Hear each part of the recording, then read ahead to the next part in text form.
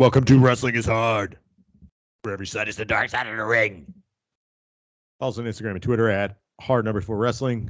Email questions and complaints at wrestlingishard@gmail.com. I'm Jim. Brandon, hello. What's up, Jim? How you feeling? Okay. Got a little cold, a little something. Non-COVID. I was hoping it was COVID because then I could take like 10 days off. Not COVID. I'm just miserable. 10 days off from your 1 day a month. You said you're going in there? No, listen, hold on. Let's clarify that. I only bartend 1 day a month. I'm in there every day. Okay. Feel bad for me. I work really hard. Shopkeep. Yeah. Yeah, shopkeep. That's what I do. Chris, how are you? I'm well. How are you? Excellent. How's things going? Good. Good weekend. Coached my first jiu-jitsu competition this weekend, which was fun. All right, awesome. Everybody lost. And I'm sure it was because of my coaching. Did you guys get pizza afterwards and trophies? No. Not everybody gets a trophy. Oh, never join jiu-jitsu. Very, very sad. I was going to compete actually, but I woke up and I was like, well, not that day, like weeks ago, and I was like, yeah, I don't fucking do this. I have no desire to go out there and do this. It's just fucking there all. What's that? You'll be a winner. Yeah, you're out there all day, and it's fucking nerve wracking as hell. And when you're my size and my age, more importantly, my age, there are not many guys for you to. They can't form a bracket for you, so they're just like, oh, you're almost 50. Go. These guys are 22 and 280 pounds, and yeah, it's they're doing cartwheels. It's rough. So I just coached, and it was fun. Question about that. So I saw somebody else. I'm not sure if they were at the same tournament or not that I follow on Instagram posted something that I was not aware of in this jiu-jitsu local tournament world. And they said a lot of people they see coaches hold belts from people so that they dominate these like local tournaments and rack up for their gym instead of just giving them the like next belt that they should be getting. Is that true? Is that something that you see there? I was curious about that. So I don't know that. Yeah, I mean, I'm sure it is. There's always fucking jerk-offs. Yeah, we're listening to a wrestling podcast. Okay. The first thing I think is like the NWA championship over something. Well, that's what it is. So when you first start jiu-jitsu, you get some asshole in the front row of ring an AEW show with a replica belt. No, when you first start jiu-jitsu, you show up and they give you a replica of the ROH television championship. That's your first belt. No, so the belt system in jiu-jitsu, you start out as a white belt, and then you progress through blue, purple, brown, and black. So it's not like a lot of other martial arts where there's more varying colors. There's only, 5?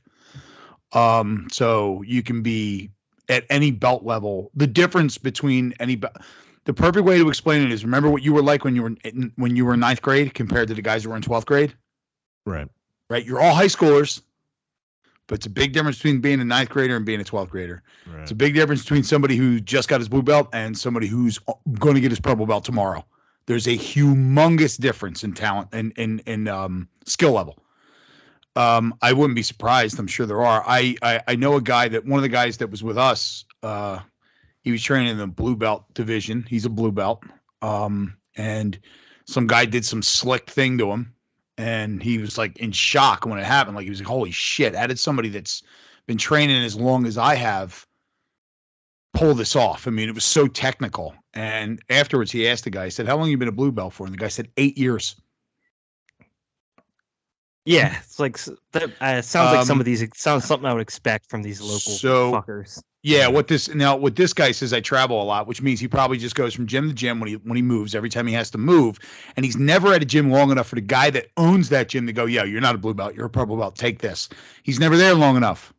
So when he goes to the next one, he's just another blue belt, and then he goes to another one, he's just another blue belt, and he's never there long enough for somebody to give him another one. Now, the guy I train under, he was telling a story about when he started in the early 90s. He's a 5th level black belt. He's like one of the first, him and his brother, the first black belts in they're the two of the earliest black belts in the Northeast. I think maybe even on the East Coast. So that was when they used to all have to go out to California to train with the Gracies. So he did like Pan Ams and all that stuff, Arnold Classic and all that shit. And he said there was always a guy that would knock him out of first place. And he was like, I swear to God, this guy would knock me out of first place. And then they would give him his next belt the next day. So he was just good enough to just maul everybody in the division. And then he would get his belt the next day. And then he wouldn't compete again until he was just good enough to go to the next belt and he compete against everybody in his old belt. So he would mop the floor with everybody. And then the next day he would go back to his home gym and they would give him a new belt. So it's really weird. I mean, it's martial arts. It's competitive. It's fucking weird. I told all the guys that were doing their first tournament that, you know, you have to understand, the one thing you have to understand is that these guys and gals will do anything to get this fucking piece of plastic covered in a color of a precious metal that's actually plastic. So this piece of plastic covered in gold plastic, they will literally break your neck for it. They don't care. They just have to win. It's a really weird environment. Did they get money out of it? Jim, I don't know. Their money. There's no money. There's no money. You pay. My biggest thing is the only reason people should be trying to kill each other is everybody. You don't pay. And you know, and, or you know, Heard that. you don't get paid. If you ain't getting paid, who gives a shit? Right. So that's the way I feel about it. When I woke up in the morning, that one morning I decided I wasn't going to do it. I was like, yeah. And here's the other thing. The way I feel is if you're not going out there to win, then don't go. Why are you going? Why bother? Because trying to kill you. Trying to kill you. It's just not worth it. You know what I mean? And let me ask you, it's an honest question. So like one of these local tournaments, what's the top prize? You get a medal, plastic trophy, a plastic medal. And I'll, as a matter of fact, I will, if I remember next week, I will bring the one silver medal I have downstairs and I'll show it to you. But do you get invited to like the next level of like? No. I mean, I guess it's where you go to states and then you can go to nationals. And there are, so you have different competitions, right? As you get more and more well known. So these are just these amateur tournaments. There are pro competitions, but they're not. Most of them aren't tournaments. It's almost like you're just going to a fight card, right? So, you know, fighter A versus fighter B, and then the next fighter, and then the next fight. It's like going to any other fight card, wrestling card, whatever. If you start doing well in those, you'll get noticed, and then you'll start being able to qualify for ADCC and the Pan Ams and all this other stuff that they do where you actually win money. Right. You know, there are tournaments out there. There's Does it cost money to enter? That I don't know. It costs money to enter one that we did on Saturday. And you don't win anything. And you don't win anything. You're basically just going in there. And you're going in there. It's basically, you know, put it this way. We used to play hockey at Woodhaven Sports Center. Yeah. You paid to play in a league there. You never won anything if you won the league. Got a trophy. That was it. I get it. Okay. You know what I mean? It's the same thing. The way it was described to me was like gym pride. It would be like, you want to rack it up, so like our academy or studio is like the so they peak in the area. They even have though everybody that's fighting at blue belt is right? purple belt, everybody's purple belt's a brown belt, everybody's a brown belt's a black. Yeah, they call that. There's a technical term for that. It's called sandbagging. Yeah. There are guys. Sandbagging. No, there are guys that will go to schools and wear a white belt and be a purple belt, and then go in and nuke everybody in the school. It's nuts. And the problem is that the one thing about, you know, I only know one martial art. I'm only familiar with one martial art, and that's jiu-jitsu. The thing about Brazilian jiu-jitsu is there's no fucking lying. At some point during that day, you're going to get on the floor and you're going to roll with people. And if you're a purple belt pretending to be a white belt, everybody's going to know as soon as the fucking match starts. Right. You know what I mean? If you're saying you're a black belt, if you're saying, listen, if you're saying to a black belt, you're a black belt and you're a blue belt, but you want to show off in front of people, they're going to know as soon as the match starts. You're going to do something that no black belt would do, whether it's something huge or something like not tucking an elbow in a certain spot. They're going to know. Everybody's going to know. Like, dude, ain't fucking black belt. You'll know. So it's a really weird situation. And they do have medals. They have, I know grappling industry has this like giant medal that you get, and it's for the best program, the best school, whatever school has the most wins. Do it for school pride. So there is a school pride thing that goes along with it. Yes, there definitely is a school pride. So you end up hanging those in the window. I know one of the Mexican restaurants. We have a Mexican restaurant around the corner, and there's a woman who owns an academy around the corner in the other direction, and she gave the North American Grappling Association, NAGA, she gave them all her belts. She's a Mexican woman. She gave the restaurant, I think it's one of her relatives owns it, and there's NAGA belts all over the place in that restaurant, which is pretty cool. But you look at that, that's like somebody who's into it and just like, oh yeah, I got all these belts. Go hang them on the wall. I don't even want them. You know, I've got a New Japan IWGP Heavyweight Championship belt. I won that. Yeah, but you actually won that. Did you actually won that? You won that fair and square, buddy. So yeah, I beat Kenji Muto. That's all I got, though. It was a fun weekend. Brandon, go ahead. Always like expound on your weekend. I always like those stories though, where it's like every time I've ever done anything competitive, you're like, I think I'm pretty good at this. Let's go see who else is good, and then you immediately fall into a world of like weird gimmicks and liars and disappointment. So nothing that interesting for me. Just finally looks like it's getting nice outside. Just took a walk down the street, realized how wound up I am. Like I've been talking about, went down the street to get a coffee. It's 75 and sunny out. Everybody's eating. I'm blasting. Full Nelson by Limp Bizkit, just shoulders tense, just being like, imagine I'm walking out to the octagon for a UFC fight. So I'm like, okay, I got to slow it down a little bit here. Summer's coming, so I'm good. Yeah, we were outside. I was cooking dinner, and my wife, we were taking a ride home, and it's the first 2 days that we know it's officially over 50 degrees in Philadelphia. Like we're done with the winter, correct? Like we can agree on this, right? Yeah, I wouldn't bet money on it. I think we're safe. Like this is like planting season, gardening season. You're safe. You're good to go. So my wife and we haven't been drinking. We've been cutting back like significantly, and also I've been kind of ill. And we're riding home. She's like, oh, "This is kind of weather. It makes me kind of thirsty." And I was like, "Yeah, me too."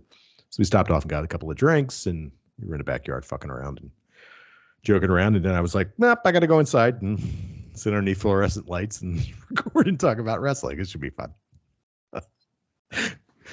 And we got to. Yeah, it's gonna get tough and it's hot out, but I know we can do it. We did it last year. It's Philly. We get legit like I don't know, 2 weeks of spring, and then before you know it's 90 degrees in May, and then no one wants to leave the house again. Well, I mean, if you got a giant bowl, then you want to keep out back all the time.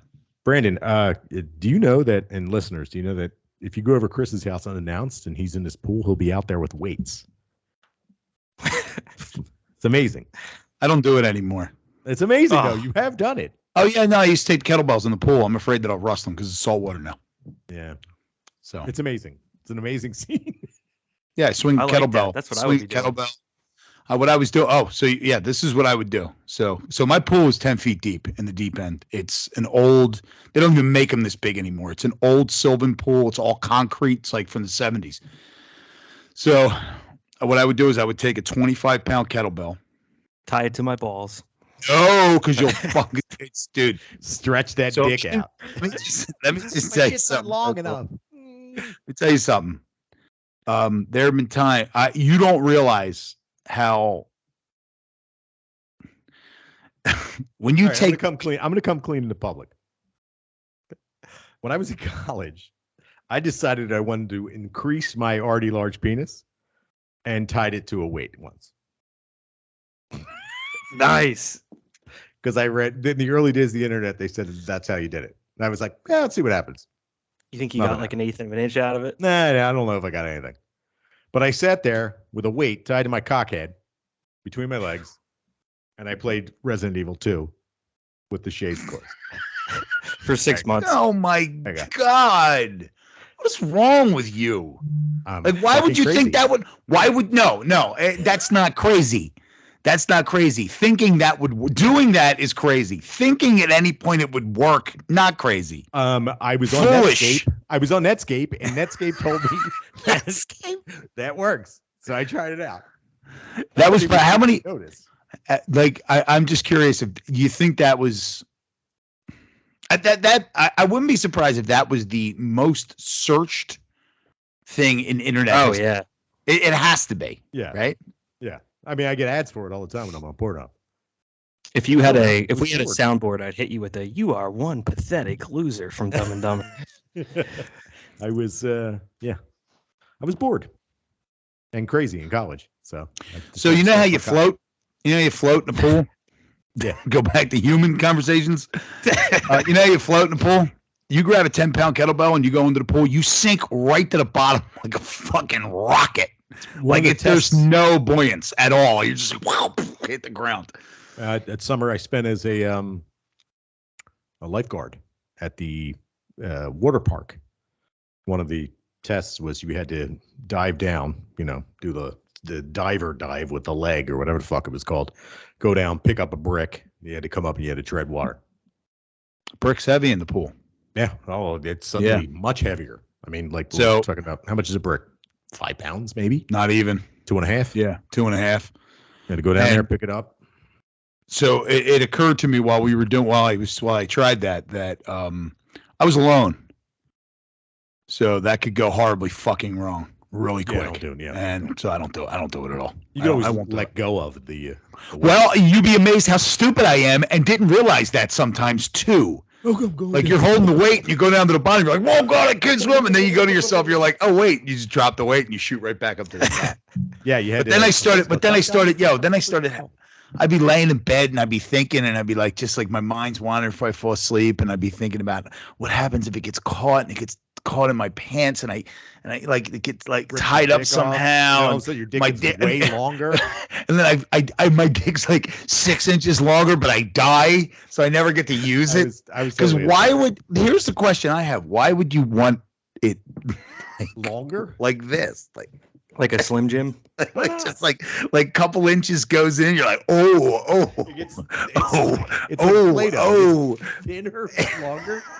Yeah, it's like the structural integrity starts getting ruined. It was just like it looks like a normal penis, but after stretching it out, it just looks like one of the pieces from the Game of Life. You know, like when it's like a mozzarella stick that you pulled apart when it was hot, and then you let it sit, and it's like it's hard, but it's fucking has no integrity at all. Yeah, or I was gonna say, like, you ever chew a piece of gum till it completely breaks down? Yeah, and it's just like almost like dust. It's like crumbly. Like those wax lips. You chew on them at first, you're like, this is kind of gummy. I could stretch it out before you know it's just crumbling in your mouth. Yeah, exactly. You guys want to talk about wrestling? We don't have to. Yeah, let's talk about wrestling. All right. Let's start with Stardom's World Climax. Real quick, we're going to go through this. Most importantly, we're going to talk about Kairi's return. So Kairi Sane's return to Stardom. She looks fantastic. Physically, she looks fantastic. A little rusty in the ring. She did a great fucking job. Chris, thoughts?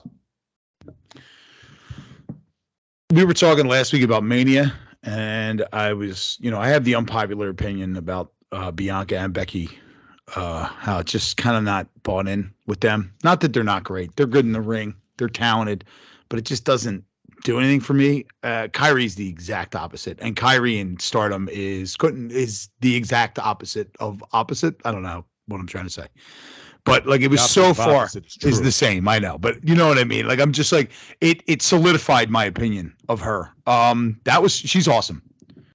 Everything to just I know you I know you're gonna hate this, but I always liked her pirate gimmick. Fucking pirate. Yeah, I know, but it just like maybe it was I think part of it was the music in WWE when she would come out, and it was like she was special.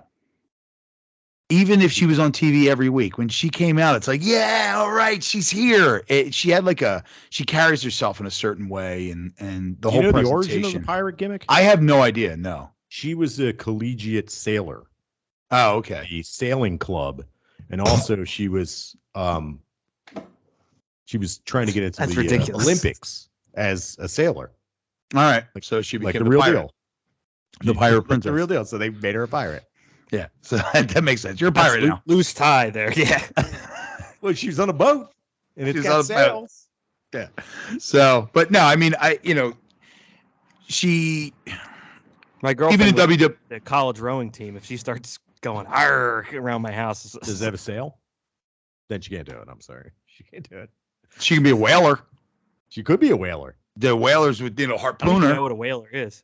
Somebody that kills whales, Brandon. Kills whales. Yeah, but a harpoon.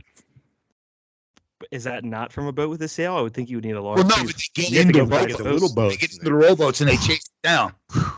right? And then That's how you Queequeg roll it. takes the spear and throws it, and then You've never seen Moby Dick, Brandon? watch. No. Oh, come on. It's one of my favorite books, and it's an okay movie.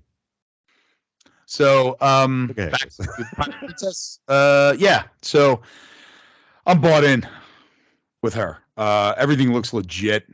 She was great as a babyface in WWE. She was great as a heel in WWE, even though they didn't really use her that much. Just her presence was awesome. And she can go from being cutesy wootsy and happy and doing the heart thing that Japanese women seem to love to do. That this thing. That's a Japanese thing, right? I mean, they do that. Yeah, they all do. Yeah, all right, heart. So, and then it can also look legit in the ring.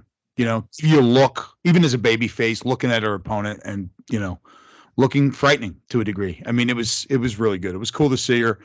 And I was, I'm bought in. Stardom. I'll watch it now because now I have somebody to tie it to. And there was English commentary for that one, which made it a lot easier to watch. It makes it easier. How about hold on. We'll move on to Kairi versus Starlight Kid, which is another great match. But how about Waka Tsukiyami on fucking commentary? Oh, Yes. yeah. And then she'll kind of just make a one-word comment. She would go, spinning back fist. Yeah. So good. I love it. Great. Brandon, Now, is it Chris Brooks? Who's helping her now? Chris Brooks and the other. Yeah, Who's that's the guy that's helping Stuart her out? Fulton. He's the guy that does Noah, which we don't watch anymore. Noah. That's who he does. Stuart Okay. Fulton. Yeah. Brandon, thoughts? Did you catch any of this?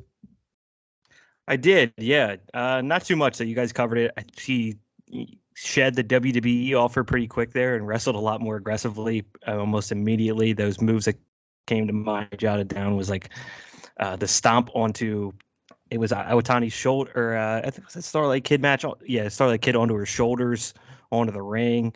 And that submission where she had her cranked off the top rope, leaning back all the way onto the floor. Just pretty nasty stuff that you don't see very often. So definitely looking forward to see more of her in there. But I think you guys pretty much nailed it. She's on IR now. She has a punctured eardrum. I don't know when it happened. Eardrum. Oh. Which apparently is I don't pretty understand how common in that combat works. sports. I thought you pop your eardrum, that's it. But apparently not. No, man. She's just like, yeah, I've got eardrum issues. Like, she in her interview, she's like, yeah, my eardrum was punctured. I can't really hear anything. So I'm going to go see a doctor again tomorrow and we'll see what happens. But I think she's more of a special event thing. She might show up for the pay-per-view and fight this person, that person. I don't know. This was an okay show. It wasn't the best. I was pretty stoked on it and I enjoyed a lot of it. I didn't think it stood up to some of their better shows, this one. I really like the prominent stuff, especially Suzu Suzuki. I thought she was awesome. But and it's good that more eyes are on that. And Saya Kamitani versus Tom Nakano match was fucking amazing. But overall, I thought it was okay. I don't know. Thoughts? I thought you were super fucking I thought you were super fucking gassed up on this beforehand. I was beforehand, and then after change? After 48 hours and letting it process, it was like, I don't know. It was okay. Okay. I wasn't crazy about the main events. I think Syuri's main events weren't great. Really? Because I was yeah. Okay. Well, do you disagree? Go ahead. I that didn't cross my mind. I was like, I thought it was a different pace to the match before them, both nights, and I was like, like, to be honest, like, but inside baseball here, when we get 2 hours of stuff to watch in a week on top of what we normally do, I'm like, oh, fuck me. Yeah. And the fact that those stood out as like a slight different style than the predecessors, I don't know, the matches before it, the preceding matches. Yeah. Preceding. Then it's the preceding matches. Thank you. Yes. You know what I'm trying to say. Yeah. I would allowed me to get into them, and I thought that they fit well and were a little bit more precise. But I hear you. Like I think I enjoyed the Julia one better than the Mayo Iwatani match, just because the Mayo Iwatani match ended kind of weird, with the referee stoppage. Yes, it just seemed a little. I was like, I think there was a miscommunication between the referee and Mayu, and she still seemed like she was reaching for the ropes, and usually he doesn't call the match until the opponent has completely submitted, like they can't get out of it, and then he'll call the match. And it makes more sense. And in that match, Syuri versus Iwatani, it seemed like she was still reaching for the ropes. So my read on this, and it may be because I watched it right after I watched the UFC on Saturday night. I watched it on Sunday, and in the main event, they stopped the fight very early because the guy just didn't need any more punishment, and that kind of resonated with me. And I'm like, you know what? Sometimes like there's more to it than what's happening tonight. And for how young they are, I kind of liked the like, hey, your knee's wrecked. Like you're not winning this. It's maybe you could survive this maneuver, but I think it's past the point of no return. So let it go here. Right. So I think that's why it kind of landed with me. But I hear you. I get that take. Chris, thoughts? So I don't really have a litmus to compare this. Like we watch a lot of it, but it hasn't really drawn me in. This one drew me in. So I really enjoyed it. I might watch one, we might watch one next month and it might blow it away. So, for it being the first one that I've really been really into and really invested in, I thought it was really good. I hadn't really been able to wrap my brain around what was going on, who was who, why they were doing what. And the first bunch that we had watched, and I was kind of watching it like, it was almost, first of all, I hadn't figured out how to stream it to my TV from my computer. So I was watching it on the computer and I was just like, it just wasn't syncing up for me. Right now it has. And for this to be like, this was like a good one for it to do that for, because it was really, I found it very entertaining. And like Brandon said, you watch so much wrestling and then you tack some 2-4 hours, whatever, more onto the end of it. And you're kind of like, oh, God, let me get through this and watch it. And I actually sat there and I really enjoyed it. Good. So, yeah. So, like I said, I'm bought in. To my defense, I think maybe I liked more of the middle of the card stuff and less of the back end stuff. I would agree with that. Like, I really like that. I like those tag matches. I like the prominent stuff. You know what I mean? Like that stuff in the middle. Both of the KAIRI. Oh no, the KAIRI match I think was almost. Yeah, the KAIRI match is in the middle of the. Both KAIRI matches both right in the middle of the card, and I think that it kind of deflated when you got to like the last two matches of the show. Now I know Brandon's a big fan of Syuri, so you would get hyped for that. You know what I mean? Like Syuri's a really fun to watch, but I found the fight with Julia a little bit better than the one with Mayu. I don't know. It's just personal preference. I'll tell you what, though. They do a good job of Syuri. They make her so unbelievably. They make her look dominant without her squashing people. Like you're able to do that, right? I mean, we'll go back to what Brandon was saying. Like he had just gotten done watching the UFC fight on Saturday night, and the guy that lost, he got dominated, but he hung in there. It wasn't just like, oh, go in there, smash. He didn't get smashed in 5 seconds. I mean, you can be dominated for 5 rounds. You can be dominated for 20 minutes of a wrestling match and still manage to survive, right, and keep it going. And I like how they do that with Syuri. It's not like I don't want to compare it to WWE, but when they run with Brock and Brock just smashes everybody, and then it's the main event of a pay-per-view and it's like 3 minutes long because he squashed them. Yeah, it's cool if you're painting that picture, but you can do this and make somebody look really good and actually let them have matches and tell that story of their dominance. And they're managing to do this with Syuri because she's dominant, but she's not squashing people. She's not making look at anybody. Nobody looks like bad, because then you end up in that situation where it's like, all right, well, Julie is your top heel, right? Or what? I don't know. If it's really you understand what I'm saying. So if Julie is your top, and then he goes in there and she wrestles Syuri and then loses, then it's like, all right, well, who's next? I mean, we'll talk about it when we get to AEW. We've been talking about it with Jade Cargill for a while. It's like, oh God, what are we gonna do here? So, but like I said, actually the opposite, right? You end up like walking away with Mayu Iwatani is like I liked her more than beforehand, even though she fucking lost. Yeah, exactly. Well, that's what I mean. They end up looking better in the loss than the person looked in the win. Right? It tells more of a story. Well, that's interesting because the Mayu and KAIRI match against Tom Nakano and Unagi Sayaka, Unagi gets the living piss kicked out of her for pretty much the entire match. Like the whole story was that she challenged KAIRI because she didn't know who she was. She's like, I don't know who you are. WWE, what's that? I don't know what that is. She gets the piss kicked out of her the whole match, but she looked fucking great. coming out of it. So I guess that works for her. And to Chris's point, where you were like taking somebody that's like getting the shit kicked out of them, but they look pretty good coming out of it. For me, for a promotion like this, that's the best thing they can do.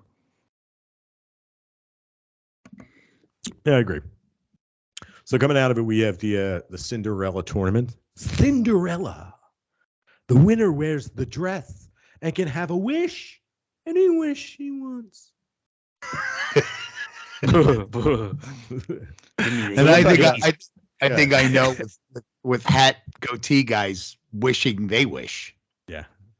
Have you seen? There's a certain wrestler. His name is what the fuck's his name? Shrek. There's a Japanese wrestler named Shrek. No, this big ass dude with green hair. I swear to God, he goes to all these shows.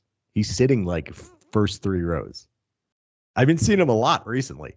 Shrek. He's got this big mask on his giant head, but it's definitely Shrek. And he's checking out these ladies. He's like, oh, wow. Oh God. All right. So yeah, we got the Cinderella tournaments. So we'll talk about that in a couple of weeks. All right. So New Japan Pro Wrestling had Hyper Battle 22, and ladies and gentlemen, we've been shitting on New Japan Pro Wrestling, but this shit was fucking awesome, top to bottom. I know you guys didn't catch this, but every single fucking match was pretty good. It's shocking. Taichi versus Toru Yano. It didn't end up being a sumo match because Taichi said he didn't want to disrespect sumo and make it and ridicule it, make it look stupid and make a joke of it. So what they did was they did no ropes, and whoever got thrown out was the loser. Taichi wins the King of Pro Wrestling title. Oh, great! But most importantly, the crowd was so into it, they disregarded all don't scream, fucking no speaking rules. And the whole crowd was freaking out during the whole thing, and it was awesome. And it reminds me of what New Japan used to be. A lot of screaming people. It was a lot of fun. And Taichi has challenged, what's his name? The Dragon. What the fuck is his name? Oh, Shingo Takagi. Oh. He's challenged Shingo Takagi. He's like, you're not doing anything. And he legit said, you're not doing anything. You're not the champ or anything. Come fight me for King of Pro Wrestling. So we got that coming out of it. And also, amazing match, fucking Okada versus Zack Sabre Jr., where Zack Sabre Jr. from the first bell just attacks Okada's arm, trying to disable the Rainmaker. This match is fucking spectacular. It was under 30 minutes. And I'd say go out of your way and check it out. It's fucking amazing. But we had the problem is that we knew that Okada was going to win, but there was some suspension of disbelief, and the crowd bought into Zack Sabre Jr. and they were cheering for Zack Sabre Jr. I guess it helps that you during pandemic when everybody else ran away, Zack Sabre Jr. stayed there, and now he's got like a legit two years of fan base. Thoughts, Chris? I just you know what? I wish I had put a couple minutes aside and watched this because I'm such a fan of both of these guys. The only problem with Zack Sabre Jr. is Zack, and when he's in that position, is he ever going to win? I don't. Like, I mean, if you think about, I'm not saying in the future, maybe, you know, they don't really have any gaijin, they don't have any foreigners, right? So, wouldn't he? I would assume that he's like they can build a base of him being the outsider, right? I mean, that's always been a classic role in Japanese wrestling. So they can build a base for him, or he's built a base for him as being a popular non-Japanese wrestler in New Japan. Right. So it could happen. It would be cool if it did happen. But if you look at from the what was it, 2 days ago? So 2 days ago, past there's never been any point in which you thought he was going to actually win the match that he was in. Until you watched the match. Where I was like, holy shit, he might win this. And then he doesn't. But they had me. They caught me a couple times. Brandon, go ahead. Everything about him is inherently niche. And I think he's kind of reached the precipice of where you can go with that. Whether it comes from his personal taste and like everybody knows, like, you know, but his music style and the things that he's into or his wrestling style. It's like he's a total hipster. He's not meant to be the face of to carry the biggest belt. Like I don't think he's ever attempting to do that, but Right. it's a weird thing where he's so good and going on for so long where it's like starting to feel like he does deserve it, but I don't know that he ever will. Rumor is I shouldn't that say starting to feel, it has, but sorry, go ahead. Right. Rumor is that he is filling the spot that Kota Ibushi was supposed to have before Kota got hurt. So he's just been sliding in for every single one of these shows. He's been sliding in and just fitting into that. He's doing a great fucking job, though. Yeah, he is. Yeah. They have similar. I mean, I'm sorry for other than Kota Ibushi almost. Maybe I'm going off but other than Kota Ibushi almost killing himself all the time, they do a lot of. I know it's not similar, but it is similar. Where it's a lot of like devastating, like twisting and turning and hitting and punt. You know what I mean? Kicking really like stiff kicks and stiff hits. And I would say it was okay. So like, Kota Ibushi does more like I don't know, high impact versions of Zack Sabre Jr.'s low impact versions. Right. It's like Zack Sabre Jr. You believe at any point that he could submit anyone, and even though it's silly in real life, but in pro wrestling terms, it looks devastating. Every single move he does. Kota Ibushi, on the other hand, is like dropping people on their head, dropping himself on his head to make other people get hurt. Right. I got you. That's what I was trying to say. It's like at any moment they could beat you with one thing, and it all looks so devastating. But to Brandon's point, he's right. You're never going to. I don't think you're ever going to see this guy carry the big belt. He's the dude that comes in with like 7 belts from like Ultimo Dragon. He comes in with like 50 belts from a bunch of different promotions you never heard of, and says, "Because I have all these belts from these crap places, I'm the best." Like I have 12 belts. You only have 1. When he was walking around, Cardona style. Yeah, when he had the coat buttoned up, and then he would come to the ring and he would unbutton it, and he had belts stacked up. Like that was great. I love that. Some positives coming from the Japanese front. Number one, they're opening the borders pretty much to I think it's like 120 fucking countries for workers, not for tourists. So expect some people for Super Juniors. Expect people for G1. G1 Climax has been announced. It's going to happen in July. It's moved back to summer. It's been in fall for the last 2 years for the Olympics because the Olympics were supposed to happen and then they didn't happen because of COVID. So they just had it the next year. So that's a good thing. Also, New Japan Pro Wrestling will be broadcast, or AEW, which we're going to talk about in a minute. It's going to be broadcast on New Japan World for Japanese viewers, not for American viewers, unless you have a VPN. I did watch some clips with Shingo commenting. Being a comment, it's Shingo and Murata. Murata is the guy who does pretty much every Japanese broadcast of anything, anywhere. And Shingo Takagi doing the broadcast.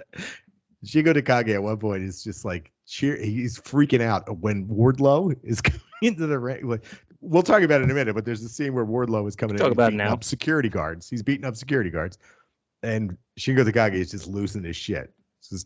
Just laughing his ass off, fucking like, this is crazy. We should do this more often in our company. I don't know. It's big fucking news. They're watching it and commentating it. The actual commentating over it. Yes. So do you see a situation in which AEW wrestlers, namely, we know which ones we want, do the G1, right? And they broadcast key matches or highlights of the G1 on AEW on TNT or TBS. Do you see a situation in which this happens? No. Yeah, like WCW used to. I don't think so. And my thing is that I think they're going to cross promote where it's like, if you want to watch this match in its entirety, you have to go sign up for New Japan World. That's what I'm getting at. I'm getting at like, okay, all right. So you don't see they're not going to. All right. Well, the American Dragon wrestled name, Shingo Takagi. Okay, they'll show like 3 spots, and they'll be like, right. Yes. Go here to watch the whole whole match. New Japan World and get this thing. I can see that happening. Yeah. I wouldn't see a full match. No. Yeah. Or how about a full match in AEW in the United States? That's a possibility. Okay, because that's another ad. You want to see more wrestling like this? go watch it, because now you have the ability to watch it as a Japanese fan on New Japan World or anywhere else in the world. I guess I don't know where they're doing that. I guess it depends on what their broadcasting rights are. If they're not broadcasting on television, you probably can get it on their streaming service on New Japan. I read, it's Japan only with the Japanese commentary. Okay. Yeah. So, but I'm just saying, like, if you're gonna do, New Japan guy 1 versus New Japan wrestler number 2 on AEW on Wednesday night.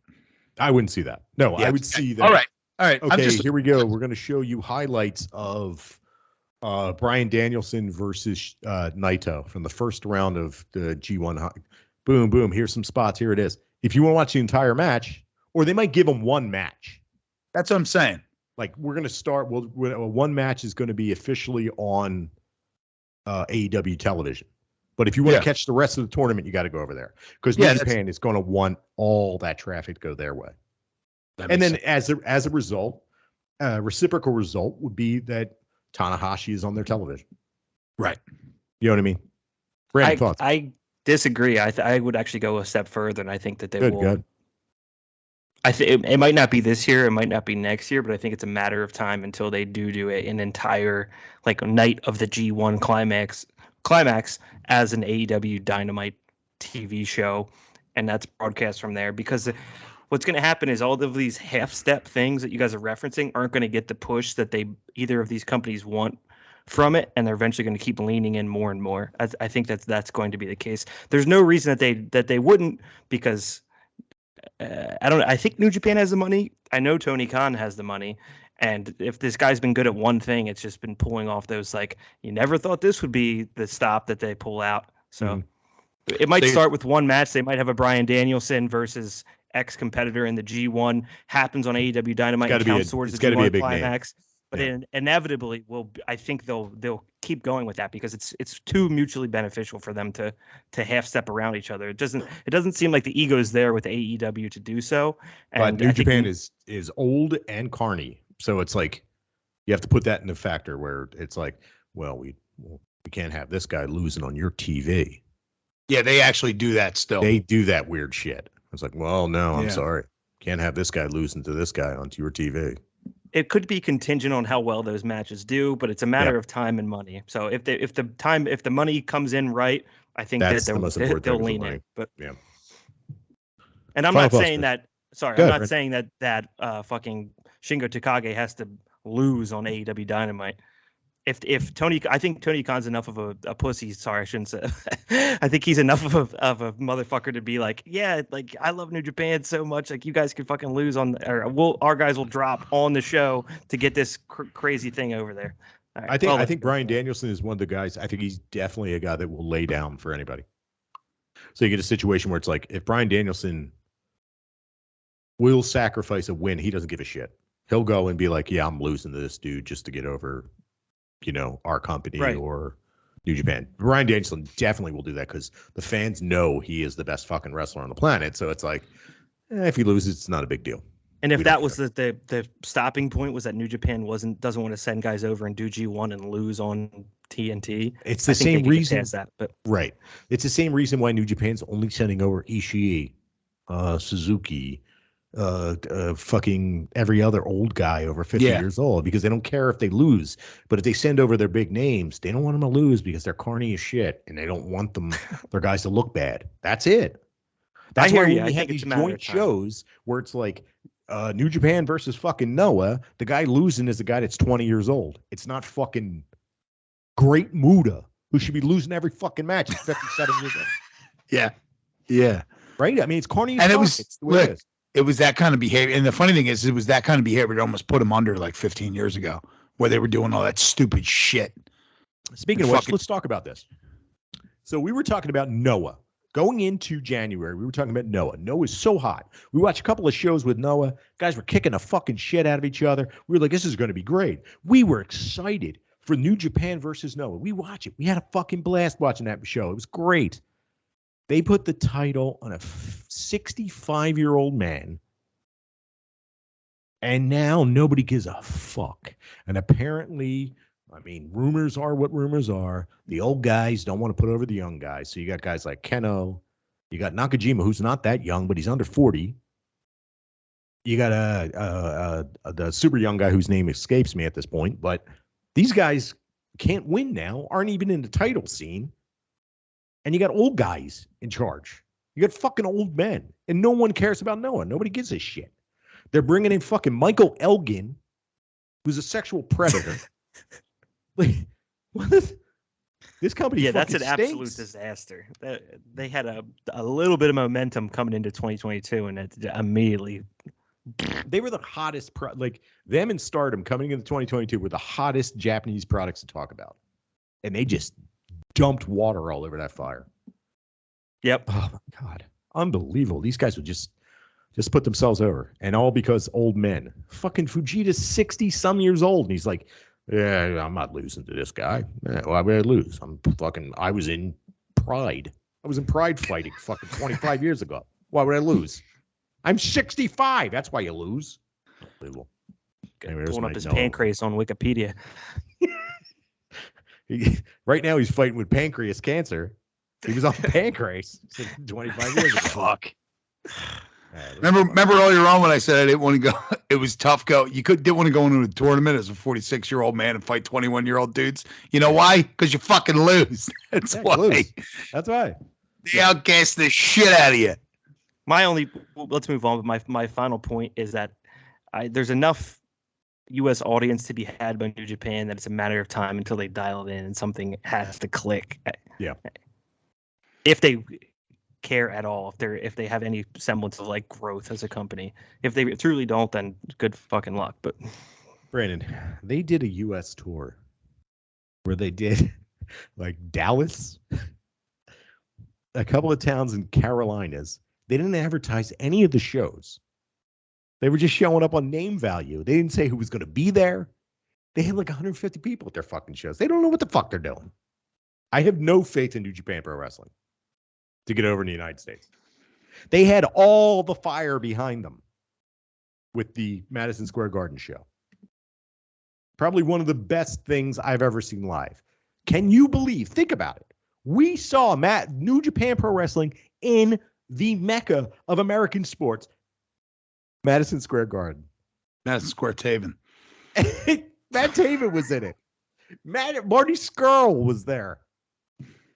Enzo and Cass jumped over a fucking cage over the fence. Naito tried to throw a guy into the fucking guardrail, and some security guard got pissed off because he told him to move. He was absolutely insane. That was where New Japan was. I don't think it's ever going to get there again. That was the most fun I've had at a show in a long time. Even though Pepperoni Pete was just like bleeding fucking sweat all over. Even though I had 0.5 Madison Square Garden seats to my name. Give it up for the ref. No. We'll see. So, people got to get smarter, right? These fuckers. Gotta say, it's a step in the right direction. If they include these guys in Best of Super Juniors as a test, and then we get G1 Climax, maybe we get some guys in there. I mean, let's just go over it then. Let's have a little fun with this. How about this? Who do you think enters G1 Climax this year out of AEW? Let's say Max four Caster. guys. Think Max Caster. Max Caster. Okay, that's your guess. So we got Bryan Danielson, correct? Yes, that's the number one. That's John the Moxley one is that I'd be definitely shocked if it didn't. Moxley. John Moxley's definitely in. So who are the other two? I'm going to say Lance Archer. Well, Lance Archer, I think, is a New Japan guy. Let's get him out of Okay, so let's get him out. Pull him out. He's already a New Japan guy. Okay.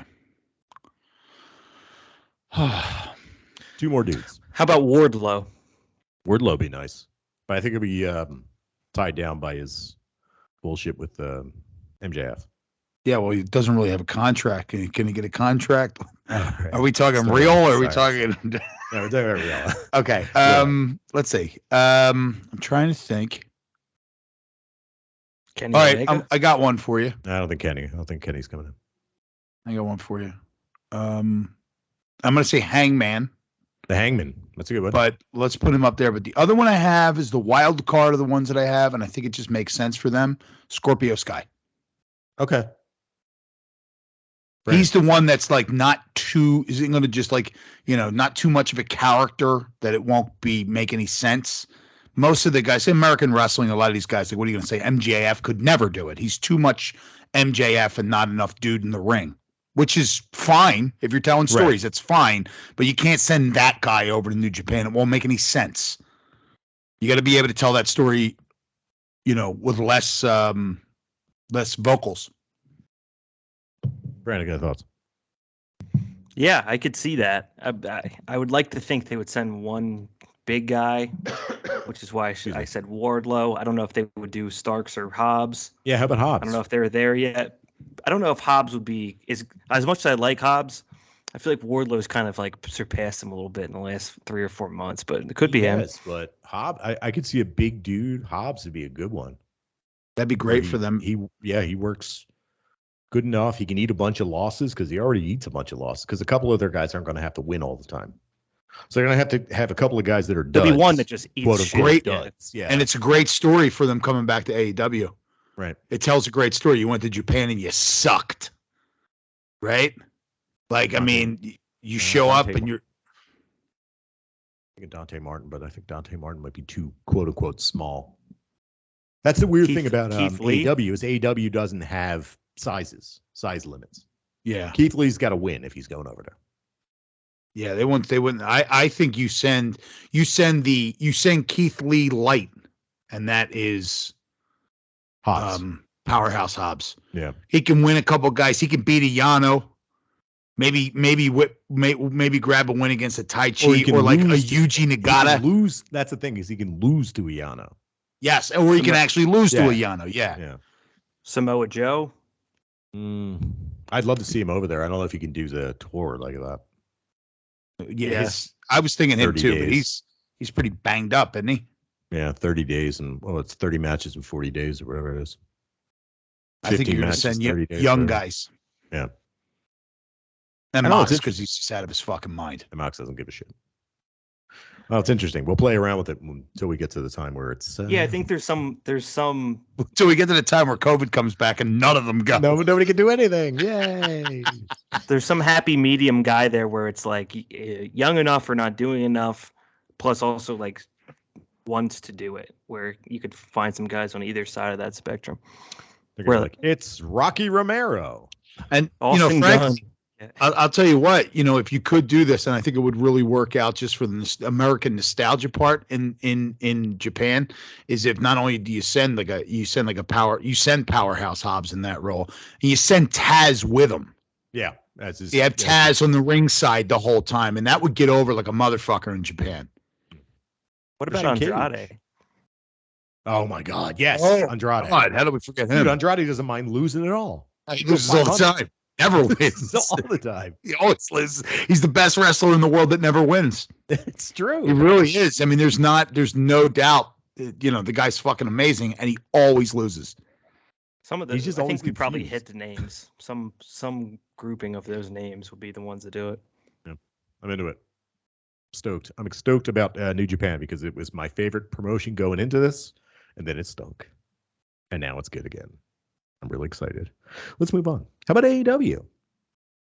Christian Cage versus Adam Cole. Match of the year? No. Yeah, it was pretty good, though. It was good. Brandon, thoughts? Yeah, it was good. I'll keep it short on this one, but I think I may slowly be experiencing the symptoms of like having to watch this show every week, where right now a lot of these guys are just falling flatter with me than I would like them to. Adam Cole at the top of the list. Chris, good. I think I talk about this a lot. It's the perfect opportunity for them because they have so much talent. They have so many people on their roster to give us a break from somebody. And one of those people we already need a break from is Adam Cole. He's on every week in a big spot. And nothing is changing, right? He's not doing anything. I don't think his character's really being established. Like if I was Adam Cole, if I'm in the Adam Cole role, every time I go for a pin, I'm pulling on the tights. Every single fucking time. And this is what we said, but what I said a couple weeks ago. This way, when you get somebody that might not know who you are, if you manage to grab one new fan, AW manages to grab one person that's not already watching, and they see this guy. We're scratching and grabbing for individual fans. Individual people at this point, right? Because you can't crack that million people a week barrier. It would show you, wait a minute. Oh, this is why this guy is wrestling for a title. He's a scumbag and he cheats all the time. Right. Now it's believable that he's here. Also, I can do without this fucking look of amazement every time he doesn't pin a dude on a movie he's never tried before. Dude, I just fucking enough, man. That's such an NXT thing, man. Yeah, it's such and you know it's funny because through the Vince McMahon, the lore of Vince McMahon fucking hates that shit. Hates that. Yeah. Hates it. And they all do it. I don't get it. And then they wonder, a lot of these guys do it, and then they wonder why they never really go anywhere. Right. Like in WWE. In WWE, yeah, they keep like doing these things that we as fans that really don't know what the fuck is going on under any circumstances. We have no fucking clue, really. We know that he hates this shit, and they keep doing it, and they never go anywhere. Yeah. It just reminds me of like when you used to see, like, I'll never forget. I was watching on SmackDown. It was The Rock versus Kurt Angle, and The Rock could not pin Kurt Angle. He never stopped to make a face. He would just go, Jesus Christ, and then he would go after him again. And he was selling the fact that he was frustrated, but he didn't sell it by sitting there with this dumbfounded fucking look on his face for like 10 seconds. One of my favorite things of 2019, it was a precursor, and of course it's Stardom. It was a precursor to when Momo Watanabe turned heel, was that she was in a match with Utami Hayashi for the title, and she hit her finisher and she kicked out. And Momo looked at the referee, grabbed the referee around the throat, and then turned around and just ran right at Utami and just started elbowing her, kneeing her in the face. And it was like, these guys are on the same team, but they're trying to win. It's that simple. You don't have to go, ooh, the TV camera's on me. Ooh. Yeah. That's fucking corny, man. Or give it this. Actual reactions.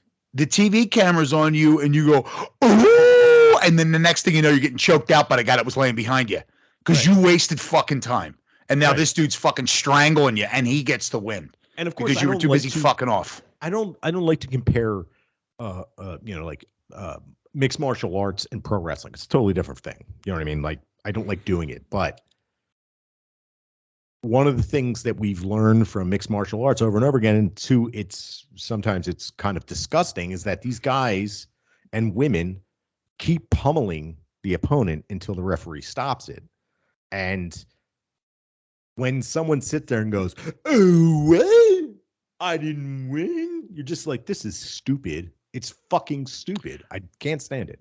Well, on the flip side too, with MMA. So, and we're getting more and more to where a lot of these things that you see in MMA in real life fighting, or just the technical aspects of them, are starting to leach over into pro wrestling.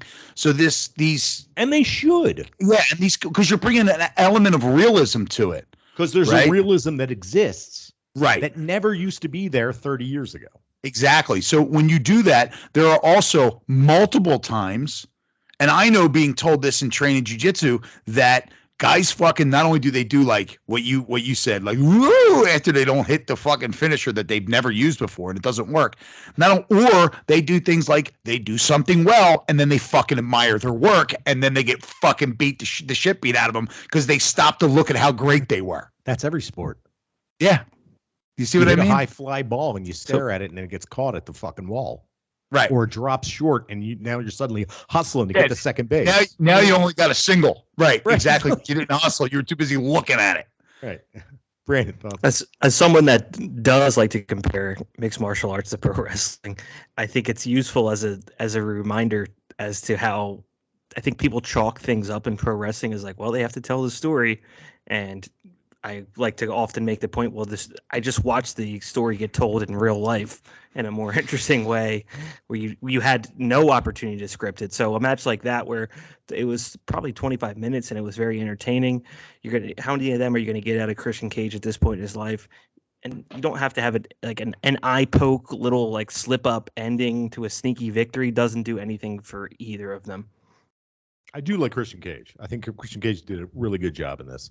Well, I think and Chris said it. I think we have Adam Cole fatigue at this point. But the point I'm trying to make is you're watching a guy who's well past his prime, but is a fucking legend, and everyone knows that they're relative to the crowd, right? He goes 25 minutes and gives probably one of his bigger cable TV matches he's ever given. That would be it would be fitting for the younger, stronger guy that's supposed to be an actual competitor for the championship to just finish his ass. And like, yeah, that's what makes him the title competitor, not this little like, oh, we have an amateur ref. He didn't see, he poked him in the eye and poked him in the back of the head, and that's how he got the pin. Like, you don't need to do that. But he's the creep, I guess. Final thoughts on this, Chris? Well, yeah. The other thing I noticed about this match was that if you had anybody else that was on in the Christian slot where he is in the grant, like the pyramid of AEW, wherever he hangs out, on what level, you take a younger, more inexperienced guy than Christian, and you put him in that role against Adam Cole, that match is a fucking complete dud. I think a lot of these times when you see these matches that Christian's in, there's a common line. All of them, like all those matches that he's in are good. He's in them, and he's steering that fucking ship. You know, it's not just let me just do a bunch of meaningless shit so I can get my shit in 20 minutes and the crowd can be happy because they saw me, and they never get to see me in any kind of storyline because I work, I just wrestle random dudes in random towns every weekend. Right. I think he actually is the one guiding the story, So you think that Christian Cage was like kind of needed there from a storytelling perspective, even though Adam Cole's 30-something years old and been around for a while? Yeah, I mean, but there's also guys that are 30-something years old and been doing their job for a long time, and they're not that great at it because nobody really showed them how to fucking do it. I just didn't think of Adam Cole as one of them, even though I'm kind of feeling it when I watch him. I don't think Adam Cole is the kind of guy, since we've watched his matches, that really steers the ship. I think when he was at his best in NXT, he had the benefit of the NXT minds behind him helping him out. Right? His matches were what they were. His character work was really good. Right? But now it's kind of, he's become Adam Cole playing Adam Cole. Right? Yeah, I wish he would do something else. Like That's it's like the when problem that we get. Right. If you went to go see Henry Rollins when he's almost 60 and he's in no shirt and shorts, he's doing an impression of Henry Rollins in his 30s. Right? You go see him in his spoken word thing, he's being him. There you go. You see what I'm saying? So that I just think that when you see Christian in that role, I don't know, but to me it just seemed that if Christian is definitely the one that's most of the time in these matches in AEW, I would assume that this is the guy that's driving the fucking car, whether he's winning or losing. He's the one that's steering the ship. There you go. Final thoughts. We're done. Brandon. No, I think Adam Cole's definitely been the Vince has gotten the better of this one. Like, you gotta take him. I think so too. Yeah, he was like, "Yeah, be a manager. No, I want to be a wrestler." Speaking of veterans, I didn't mention this. Shinjiro Otani. Chris, do you remember Shinjiro Otani? He was in Best of Super Juniors '94. He was the young lion that was in it. I don't remember. If I saw him, I probably would. He broke his neck. He broke his neck. Oh, well, then let's not look up sadness. He broke his neck over the weekend. Someone did a spot on the fucking turnbuckle or something. This guy's 60 years old. Why? Right. Well, my point being is that, okay, hey, best wishes to the guy. I'm sure he's listening right now. Best wishes to you. What the fuck is with these old dudes taking heavy bumps when you got guys like Christian who can just keep working for the rest of their lives and not take heavy bumps? So he's, yeah, that sucks. All the way paralyzed. Did you look him up, Chris? No, I didn't. I shut it down. Did you watch the spot? No, I won't. I don't need to see it. No, I don't want to see it.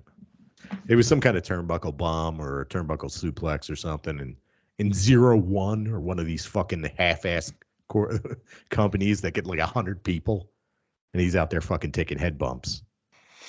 You got guys like him. You got guys like Misawa, who's way past his age and way overweight, taking head bumps. And I don't know, some of these guys don't fucking learn, man. And then Christian's wrestling forever. Good. I remember listening to a Colt Cabana podcast, and he had the Boogie Woogie Man on. Mhm. And he was saying, hey, man, I still show up and I do some shows. I don't take any bumps. Chop a few guys, knock them down, run out of the ring. I'm done. Yeah, I'm too old to be doing that. Give a guy, he said the biggest move I do is I give somebody a back body drop. That's it. That's it. That's it. I mean, that's pretty much all he ever did. Oh, yeah, but he's an old fucking man. He's like, I don't take any bumps. I'll show up and I'll do a match. I'll beat everybody in the ring up and leave. Once I show up, people know it's silly. It's time to have fun and not take this too seriously. You got a fucking 110-year-old dude in there. Just watch him. Dude, they do it with Sting, and it works great. Well, what's his name? Fucking Kenji Muto still doing fucking moonsaults. He's a jackass. He had both of his knees replaced because of moonsaults, and he still does moonsaults. Now he's out again. And it's like, did this guy not have a fulfilling enough career? Like, get the fuck over. What are you doing with your money? He's going to the pachinko parlor and pumping it in. That's what it is. Pachinko. It doesn't matter if you're Stone Cold Steve Austin wrestling Kevin Owens or this guy Otani wrestling in front of 100 people. The reason that you're booked on the card isn't because they want to see you go off the turnbuckle on the fucking pile driver. Right. That's not what the interesting part of you being there is. Yeah. Come on, you cut that out of the act. Fujinami's 69 years old. He's out there. He's in the next New Japan show. He's still out there. He just walks around. Fujinami's here. He's a 70-year-old man in underwear, black underwear, doing fucking dragon skirt leg whips. Fujiwara is still going out there. Yeah, Fujiwara looks like he's melting off his skeleton. He still does the headbutts, though. I don't know. I'm not going to teach a wrestler what they're supposed to do, but take it easy, buddy, man. Enjoy your life. What are you proving? What are you proving this for? You managed to make it through your whole fucking rough ass career without this happening, and then at fucking the end. And I'm in Refreshville, and I'm trying to find out what's going on with Otani. And I'm like, what's going on with Otani? Oh, update from 001 or whatever wrestling. It's like his family's able to talk to him, but he can't move. Like, what the fuck? What are you talking about? His grandkids? Put the fucking generations. Put the fucking pillow over his face. End it. It's going to be $1 million baby. Not him. I'm saying from my point of view. Yo, if I'm 110 and I get paralyzed, what the fuck am I doing? I made it all these years wiping my own ass. Now you're going to have to wipe my craggly ass for me? Fucking smother city. Revenge. I'd be like, he's going to be like $1 million baby biting his tongue off in the hospital bed trying to bleed out. Who is I'm paralyzed. Who's my last remaining relative? Well, we've looked through everything, and it seems like Christopher Lardani is. I'll stay alive to make him wipe my ass. I'm fucking. All right, moving on. There's another actor. Jim, we're 2 years apart. If you're that old, I'm that old. Wipe my ass. Chris, check and see if there's any worms in there. Oh, Jesus. Right, moving on. We're still talking about AEW, right? We got worms in her ass and weights on her dick today. Somehow there's a bunch of trolley gummy worms up in Jim's ass crack. I'll take it in there. They're singing like the commercial. The Owen Hart Foundation's men's tournament match. That's what it's called. It's called the Owen Hart's Foundation's men's tournaments match. Samoa Joe versus Max Caster. Samoa Joe is back in the AEW ring. Most importantly, forget about this match. It stunk. He just jobbed him out. Samoa Joe is facing Minoru Suzuki next week. No. Brandon, thoughts? Yeah, we just referenced it. Like, these are the guys that can come over, but for cable TV, let's go, baby. Chris, go ahead. I'm going to be, hopefully it opens the show because I'm going to be sitting here with my fucking pants around my ankles, beating it when it starts. Oh, yeah, baby. Come on. Who wins? Joe Rogan kettlebell tied to the tip of his balls. Moving on. All right. Yeah. I don't need to cover this match, but we talked about it earlier. Wardlow coming in and beating the shit out of everybody. This was pretty good. I enjoyed this. Brandon. Some of those staff members got it worse than others. Jeez Louise. A couple of those guys got crushed. Dude, you gotta. I'll send you the link of Takagi laughing his ass off. The guy's getting fucking out. It's really good. He goes, ooh, ooh. The one dude that gets thrown in, like he gets thrown across a fucking building, across the building into the wall. It's amazing. Go ahead, Phelps. Yeah, I think there was one that got thrown into like some kind of like it looked like a big like speaker case or something. Just got like gored by it. I was like, man, these poor bastards. This is like, I know that's like the lowest level of like I'm training to be a pro wrestler. This is the only spot I get. Some of the worst bumps you'll see on Wardlow's run to the ring. That's about it. Big fan of the guy running behind Wardlow, like because they were in Boston. He's like. Looking like the fighting Irish guy behind him with a beer in his hand. Chris Phelps smashing his chandelier. At his daughter's wedding. Throwbacks. So first of all, back episodes. Brandon I don't have anything to add. All I do have to add is, do you think that there's any shittier crowd than a wrestling crowd in Boston? They were really into this show. I was really into this show. This was one of the most enjoyable AEWs I watched. It wasn't all a masterpiece, but I had I actually sat down and there were no face palms. I enjoyed it. So I had no problem. I thought this was fun. And I thought it fucking was great because Dickhead got pinned. Shirtless suit dude. Shirtless suit dude. Dickless, drawless, dick hanging, swinging, Don Draper's dick swinging suit dude. That dude sucks. Yeah, he does. What else do I want to talk about on the show? How about Jay Cargill's promo? Jesus fucking Christ. Cut the shit, Tony. So good. Dude, she's so fucking good. Brandon, go ahead. You guys go. I didn't think this was her best. I was like, what the fuck is going on here? I fucking loved it. Wait a minute, hold on. Right, let's combine these two. How about this? Her saying "cut the shit, Tony," and Eddie Kingston and Santana Ortiz backstage fighting with dudes, and then Eddie Kingston disappears and comes back with a big ass TV and throws it, chucks it at him. That was good. God. I think you're looking at it the wrong. I think I got WWE brain. I think I watched WrestleMania and I went back to this and I'm like, So here's the thing with Jade Cargill. You just have to kind of accept that those promos right now are the best they're going to get, and then just find the enjoyment in those promos, because none of them are. None of them. Wait, hold on. None of them in the classic promo structure are good, but all of them are great because you enjoy watching her do it. Like, I'm sick and tired of these MMA people showing up in my business. I'm sick and tired of these washed up has-beens, meaning everybody from WWE, is coming in here trying to challenge me. I fucking love it. Yeah. She's losing to Marina Shafir, right? Yeah, she is. I think so too. I think this is good for her. If this is a great thing. She loses to Marina Shafir on some shit that fucking Smart Mark Sterling does and fails and causes her to lose. And now she can be a babyface without changing her character at all. You see what I mean? Like, because people love her. Nobody hates her. She's not getting booed, right? No. You make Nyla Rose, and I'm only using her because she's another monster heel. You take Nyla Rose, she'll get booed. Yeah. Right? She's a heel. Jade Cargill's a heel, but is she really? People love her, and people don't boo her. So she can end up being now kind of shift over into a more, like on that, you got that line in the middle. She could take one foot and put it in the baby face. One foot in the middle, one foot in the baby face column, and then doesn't have to change anything at all. She can still tell Tony to cut the shit. You know what I mean? So yeah. I think this is good. We haven't seen Marina Shafir. I have. So I've been watching her on. I watched it. I don't know if you guys remember a couple of months ago. I'd mentioned that I saw her on Dark. I don't watch Dark regularly. I'll catch it once in a while, but I saw her on Dark, and I was like, yeah, she's got fucking half hair now. I know she has blonde. She got the blonde half hair, and she works this like.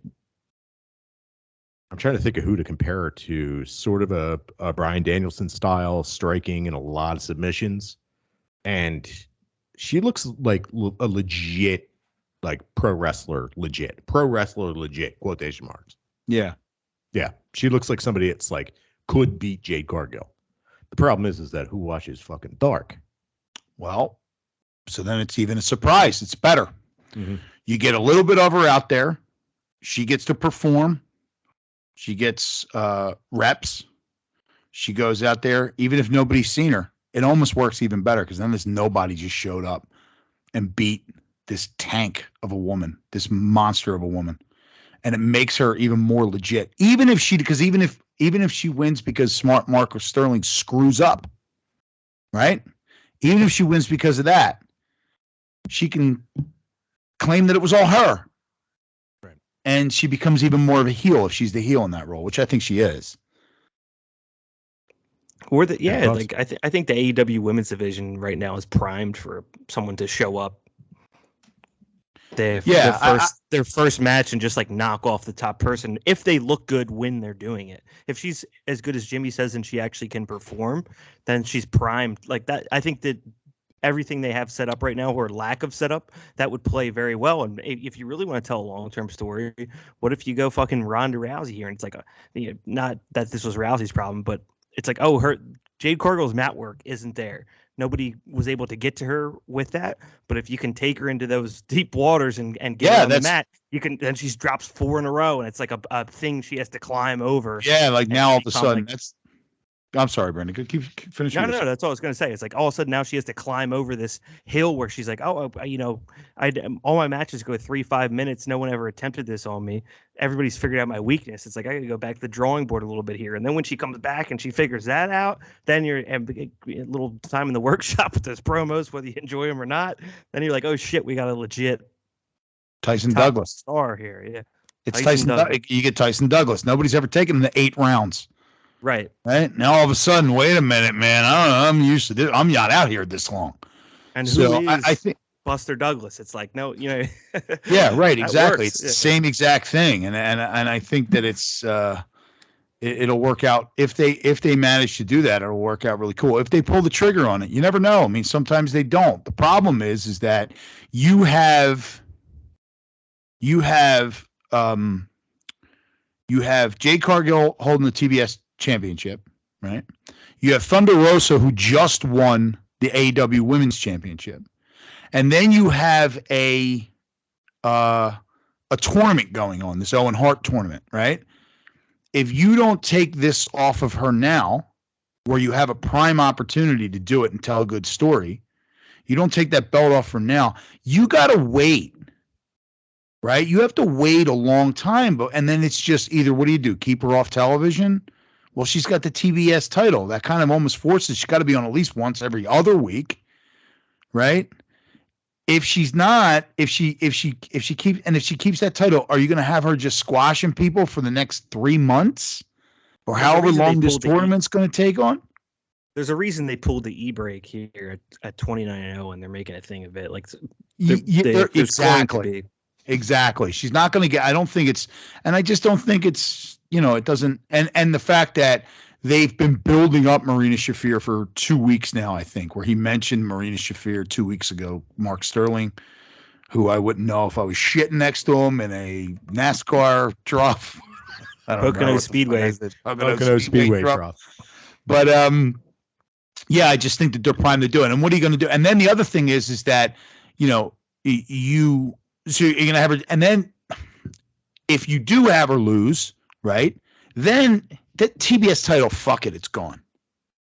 She moves into the main title picture, and in order to get there, you have to have her work a bunch of people again to get up to the top of the main women's title, and it gives Thunder Rosa an actual title run.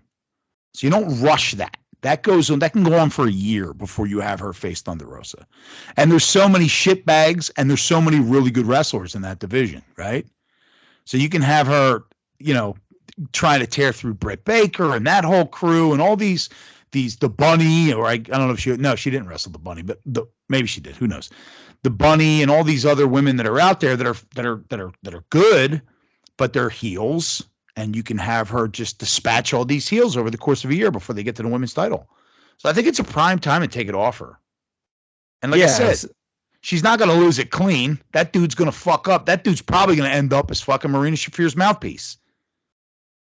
I think, yeah, what I was saying, Jim, I think it'd be cool if there was some kind of like, her mat work wasn't there. No one I've been here the whole time. No one took her to her. They were on YouTube, man. Everybody's watching them. They're weight off. He had to untie his weight. Dick weight. his kettlebell.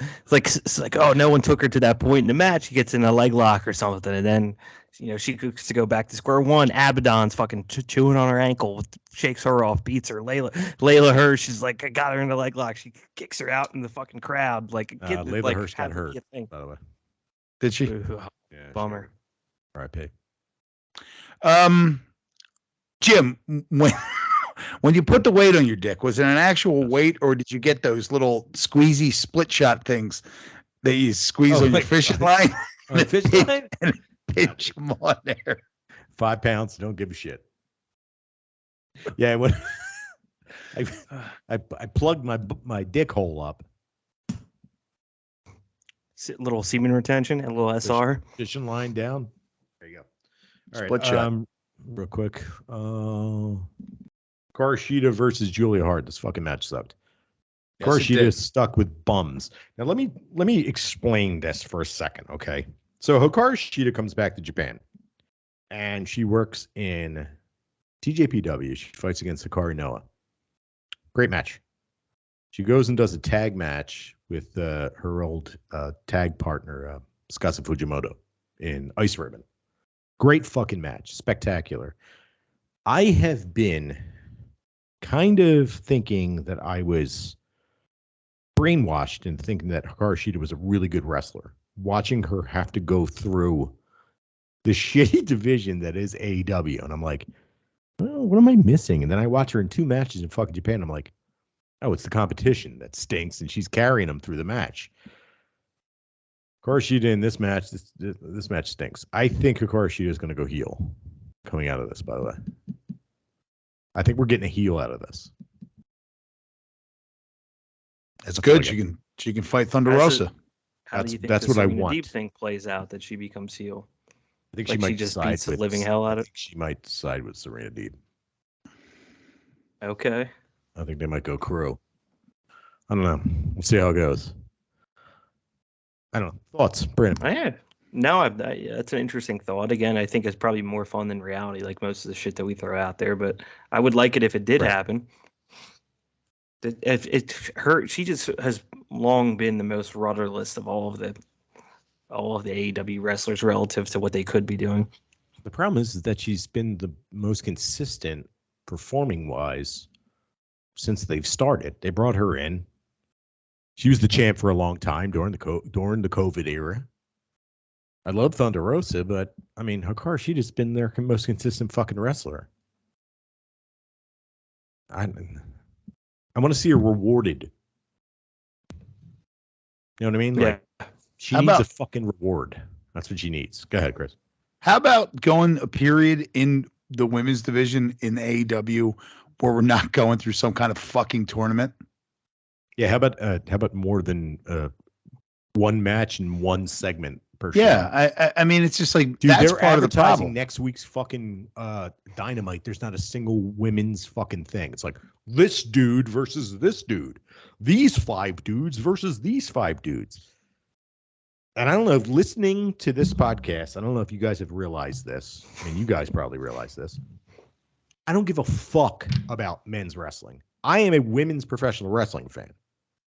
I wouldn't even watch fucking AEW if it wasn't for this fucking podcast. I like women's professional wrestling. Give me women's professional wrestling. AEW can't seem to do it. All you have to do is put 2 segments in. You got enough talent now. 2 segments. I would like to say what you were saying. If you get a Hikaru Shida, Serena Deeb kind of team up going on, it would totally be in the direction that women's wrestling in Japan goes, where like a woman will injure another woman. Be like, you. Yeah, that's right. I injured you, just to sell the fact that they're enemies when they're really getting together. Right? Like, they'll go through a whole match before the heel turn happens, and they'll beat the shit out of the woman that's turning heel. Before I go over to Brandon, News is coming out of DDT. They've made an we didn't talk about this last week. They have an official partnership with AEW. They're going to have a talent trading thing. So TJPW and DDT are going to be sending guys over. Takeshita's going over for the men, and Maki Ito and Yamashita are coming to the United States, but they haven't announced whether or not they're going to be in AEW or not. But it's kind of exciting because we'll get some new blood in there. Go ahead, Brandon.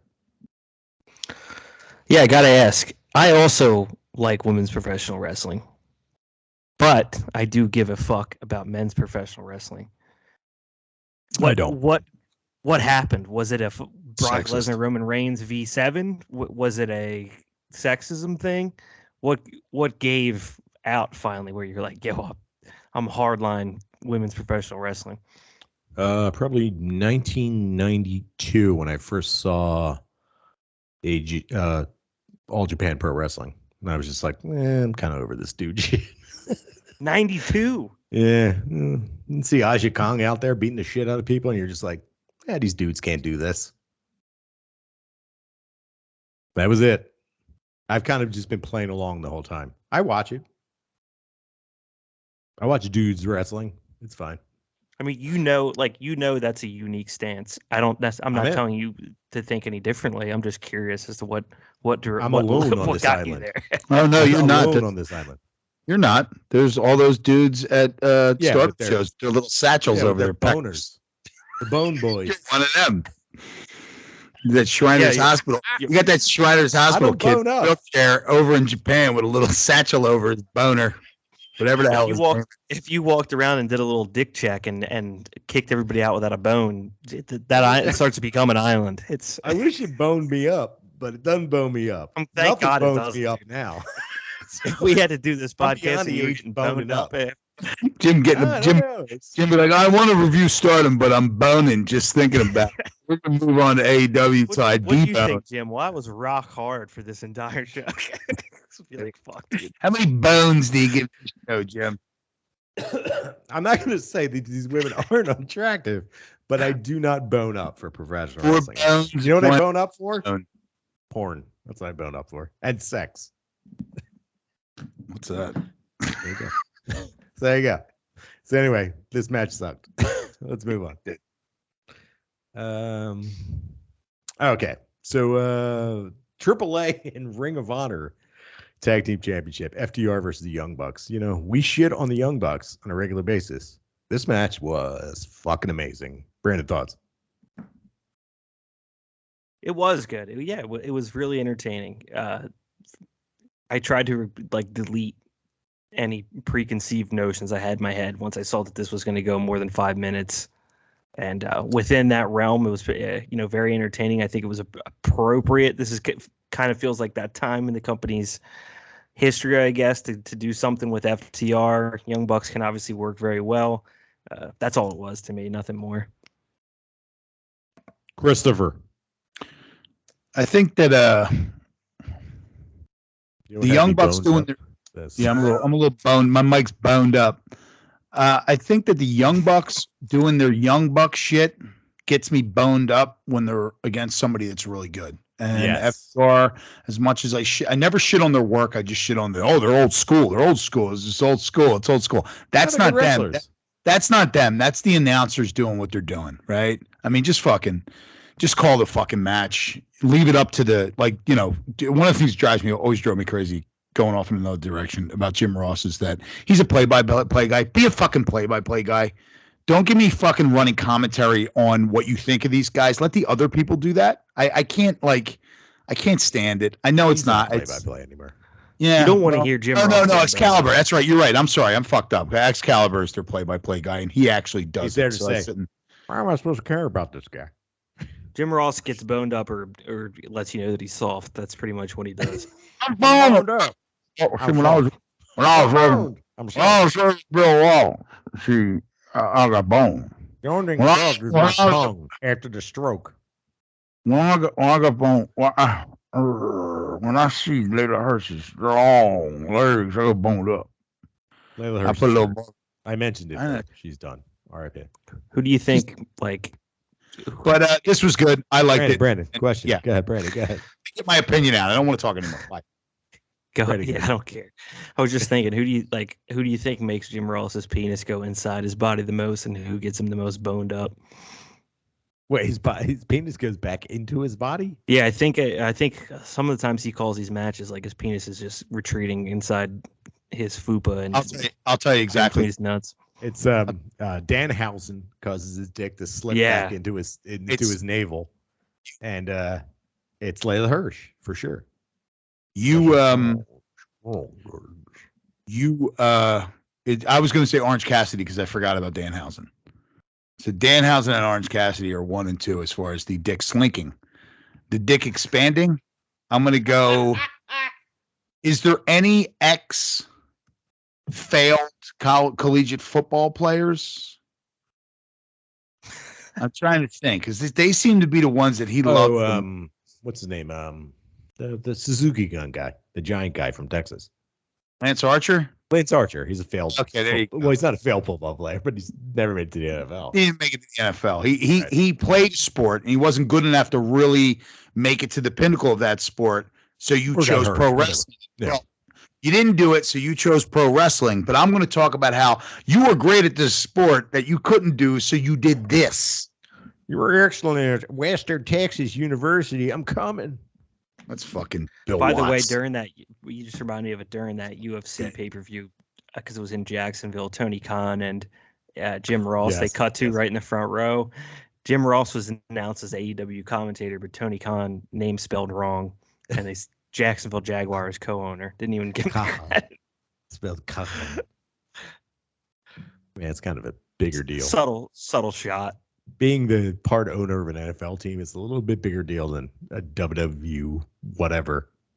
Owning a product that 900,000 gotta watch get on speed. TV. Sorry, But he's not. He's not. He's as much owner as anyone is of their dad's business. That's what he does. At AEW. My dad owns a dealership.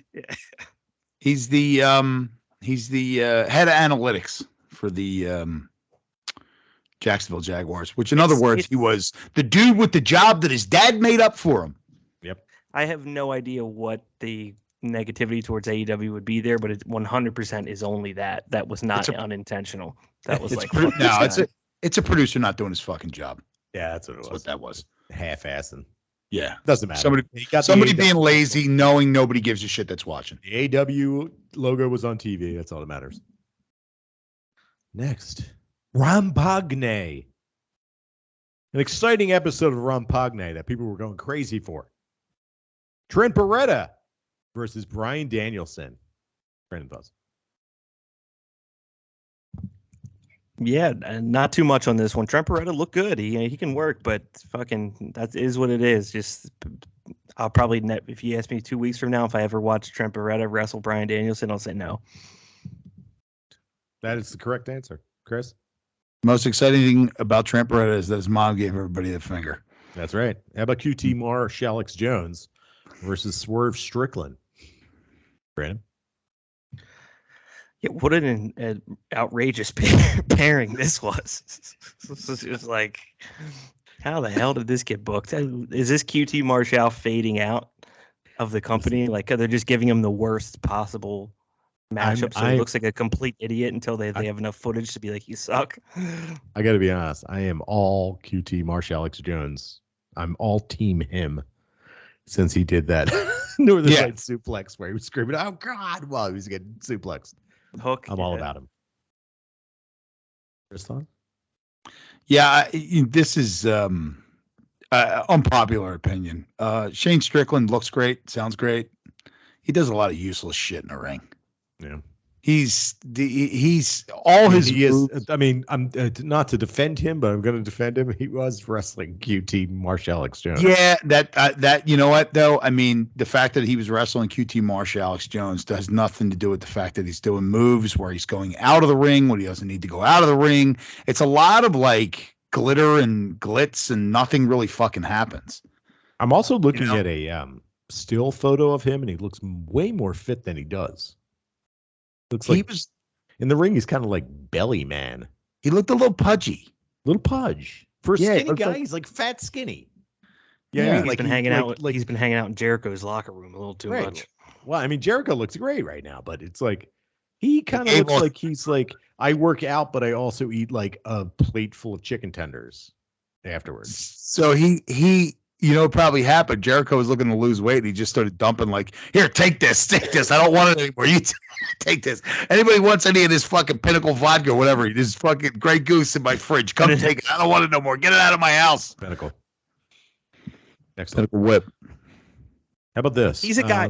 He's a guy yeah. I would say that I like.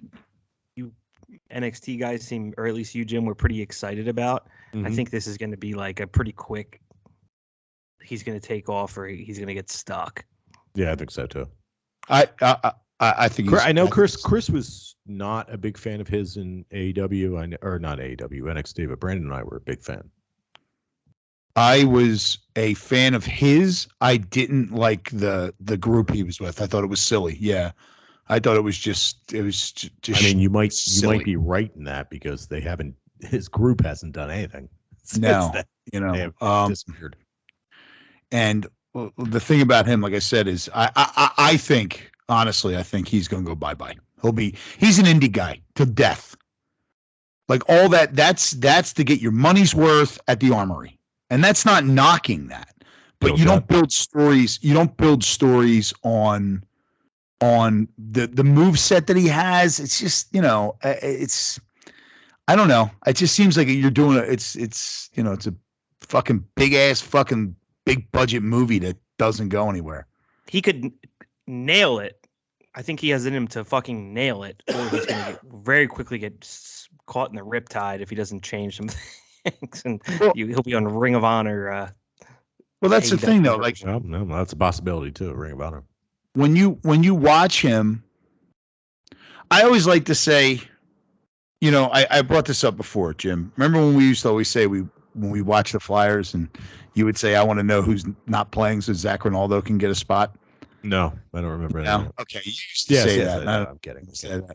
I used to. My thing was being an Eagles fan. It was I wanted to know who had to play on the roster that they couldn't sign Brian Dawkins till the end of his career. Like they had to trade him. That's the same thing.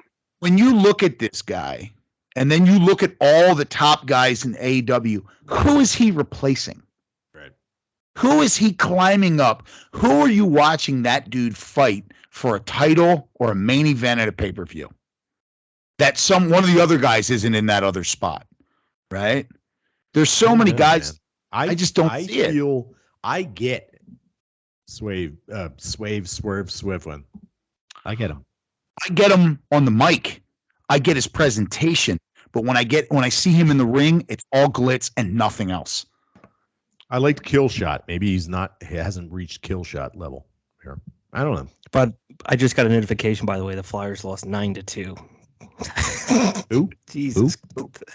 Jesus Christ. Anyway. It's funny that I was the first person in Philadelphia to get a gritty tattoo, and then I was the first person to jump off the wagon immediately afterwards. I was the second. Yeah.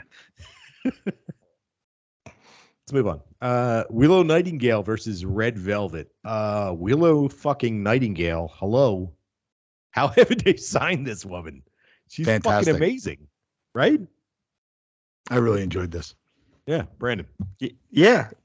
This was the first time I saw Red Velvet since I kind of breezed through her last one, and you guys were correct. She's getting better in there, which is what we want to see. Willow Nightingale, again, who the fuck, but she's probably got her spot. I don't know what they're fighting for here. They got to qualify for the Owen Hart Invitational to do what? This stuff's losing me, but they haven't really explained what any of this is. I don't know what this. They're really losing me with this, but outside of that, nice job, girls. Willow Nightingale, fucking good moveset, hot, looks great. Fucking, this is boned. I love this. Boned up. Hot. Stretch my dick. Stretch my dick to it. Go ahead, Chris. Yeah, I was gonna. Remember that time a long time ago, like 20 minutes ago, not even, where I said that has there ever been a time where the women are in some sort of tournament? I was boned up, dude. I was definitely boned up for Willow Nightingale. I'm sorry. Now they're in a tournament. Now they're in a tournament to get into a tournament. Boned up. Boned. Like, shouldn't all these matches be on Dark? This is a good way to promote Dark. No, because nobody's going to watch it. I don't think you should promote. Well, I mean, look, you're not going to put fucking Tony's. You're not going to put Tony Storm matches. No, I get it. Matches on these shows. I get it. If you want to bone me up, you got to get Willow Nightingale more on television, please. Yeah. Is she the opera girl? Yeah. Or is that a different girl? Okay. I don't know what her name is. This is where you really start to get in the weeds with this. Like, they keep track of the records, but then you got to go to the qualifying for the tournament type shit, where it's like, what does any of this mean anymore, man? Gotta, like, I start to have actively have to delete stuff from my brain to make it make any sense. Make room in the all right. Store it all in your bone. Yeah. No, just Willow Nightingale. She's stored in my bone. Let's move on. Jon Moxley versus Wheeler Yuta, which someone called the match of the year. That somebody's an idiot. Any thoughts? Yeah, this was the best wrestling match of all time. No, there you go. I mean, thoughts. Yeah, go ahead, Chris. I'm looking at pictures of Willow Nightingale. Mm-hmm. I think I'll go. She's got a busted up eye. I just saw that picture. Lordy. I mean, this is good. This is what you want, like, Jon Moxley to be doing. We called out Wheeler Yuta from the beginning. We're getting somewhere with this. These guys have selected who they want to select. Villanova grad Wheeler Yuta. So I looked down on him a little bit because of that, but the guys squirting blood all over the place. They're beating hell of each other. I hate that I'm like so plugged into wrestling Twitter that I know that this is like Jon Moxley's like fetish is these kind of fucking matches against no names where they go bananas against each other because it like takes away from it a little bit. I'm like, oh, this is. Wrestling Twitter is getting so hard for this. Wrestling Twitter is getting so boned up for this that it's taking away from my bone. I'm half chubbing. But given that, it gives good, man. The kid looked good. They beat the hell of each other. 10:45 to 11 p.m. on a Friday night. Chris, thoughts? Yeah, I mean, I'm not complaining. Wait, you're not watching this on Friday night, are you? Me? Not. No, I watched it today. No, this is Sunday. Usually Sunday around 7. I got homework to do. You're like, yeah, fucking 10:45 on a Friday night. I'm fucking loving this. That's what it is. That's what that's what the show is. It's fucking 11 o'clock at night. You get to watch some live? What do you think some bozo get this squirt blood from above his eyebrows? What do you think the percentage of viewership is watching live? Guess. I would say they get about a little bit. Maybe around 200,000, 250,000 people. Yeah. I mean, the numbers come out, it's like 600,000. Bullshit. But I guarantee 400,000 are people watching on DVR or on demand. I think it's more than you think.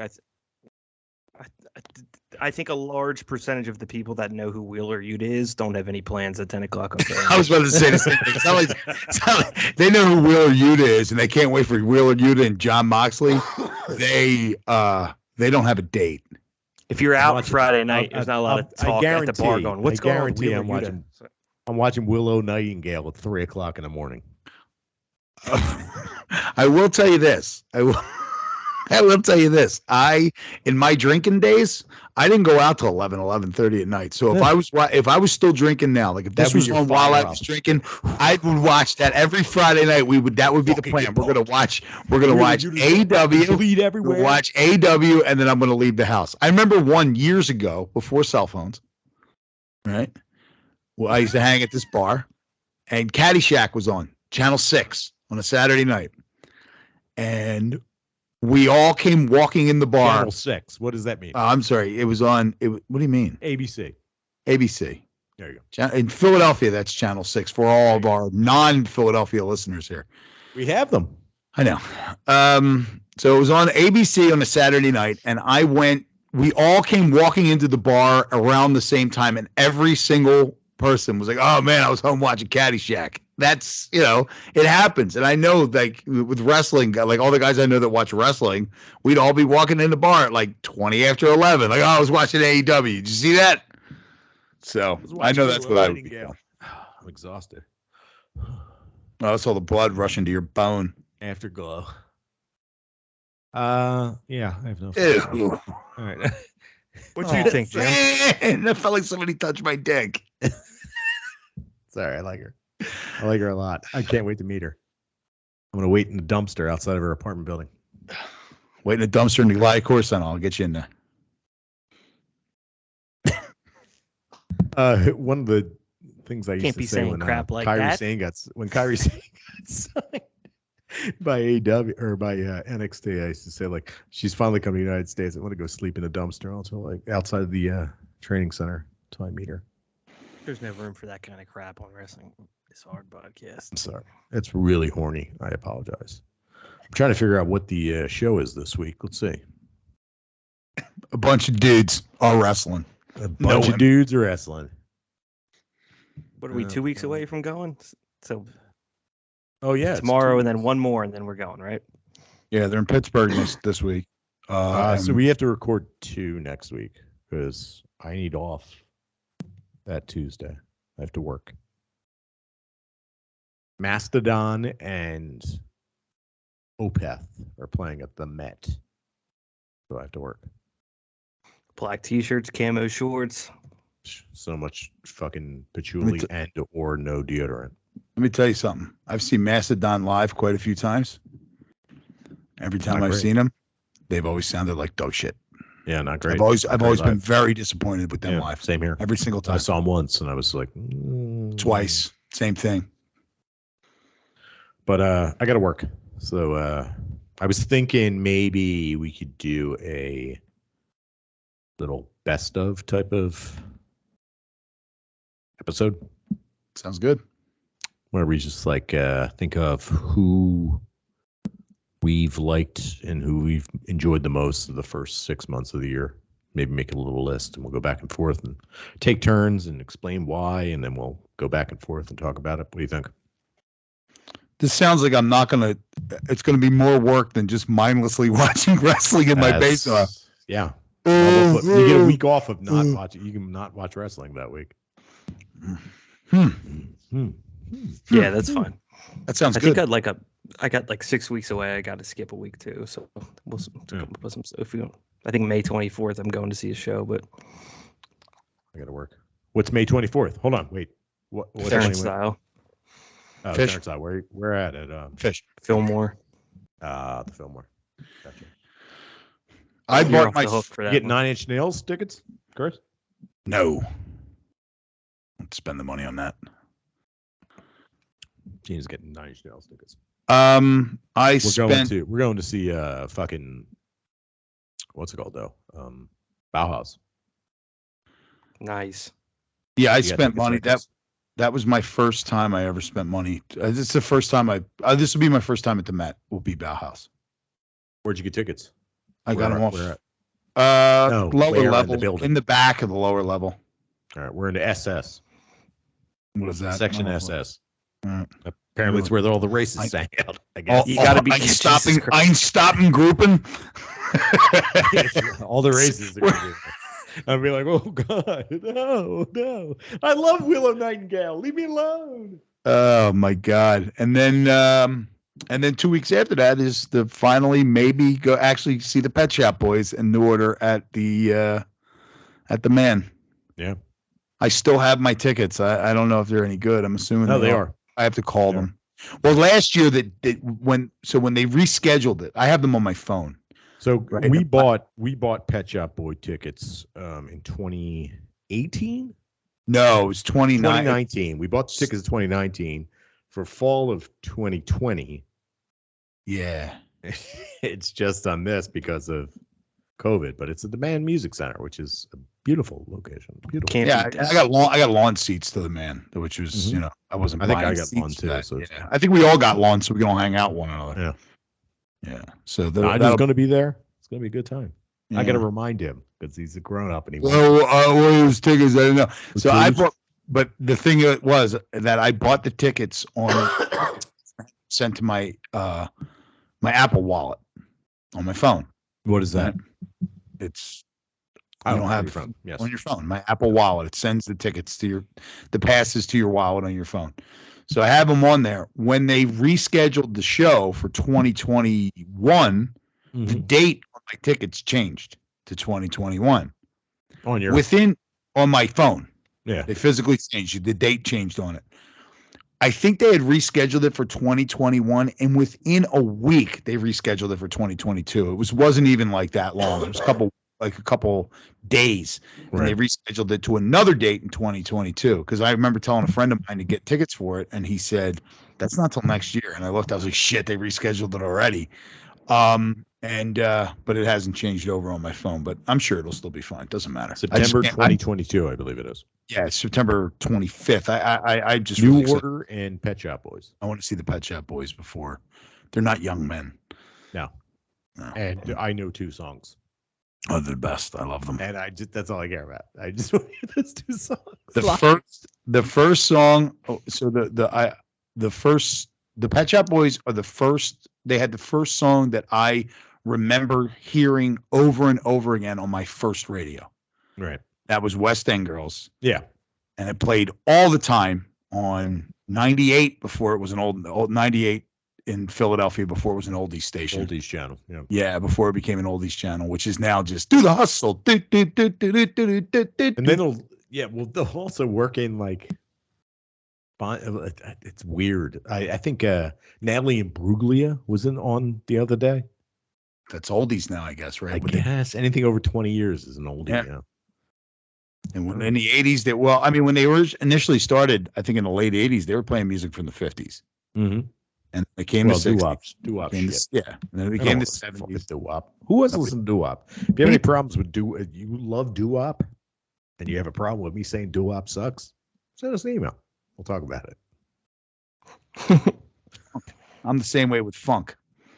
I love funk. Hate it. Really? All I see is drunk white people being annoying. That's what I see. I see does it parties have that to do with funk? Shut up. When I hear funk, it automatically my mind goes to going to parties that I didn't want to. Drunk white people like, hey, you having fun? Oh,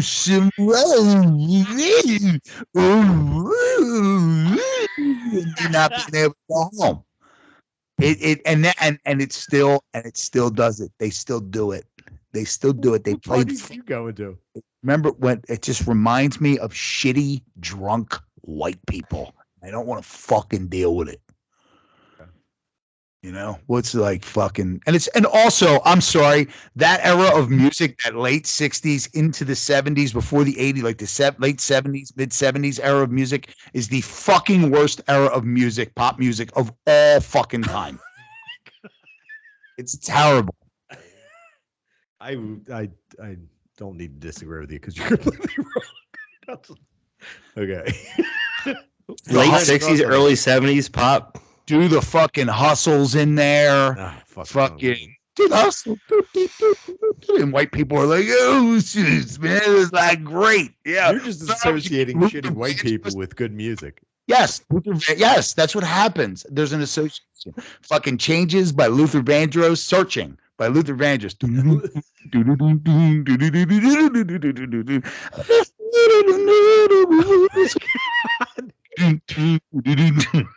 Random thoughts. Terrible. Some of that shit does remind me of like just a massive exhale at a wedding that I don't want to be at, and just like white weddings. When is that school bus showing up? Get me off this weird barn. Get me out of this weird barn. Oh my god. And you look around and people are still having a lot of fun, and you're just like, you start fucking hating them.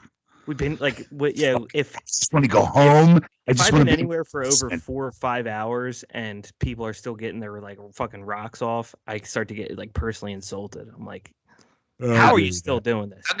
How can you enjoy? How is your fucking life so empty that you can enjoy any one thing for that long before being like, there's a million things I could be doing right now and I want to do them all. Yeah, I get that too. We showed up at 2. It's 9. And one of those million things I want to do is leave this place and go sit alone in my house. That's what makes WrestleMania so hard. I'm in the bathroom watching Elden Ring videos. How's it going, by the way? So it's a slog. I do like 1 or 2 hours a week. I think I'll probably be playing that till I'm 35 years old. I got about a decade to get through that. You're talking 500-600 hours of playtime, which I just don't have. I got to watch. I'm still playing Suzuki.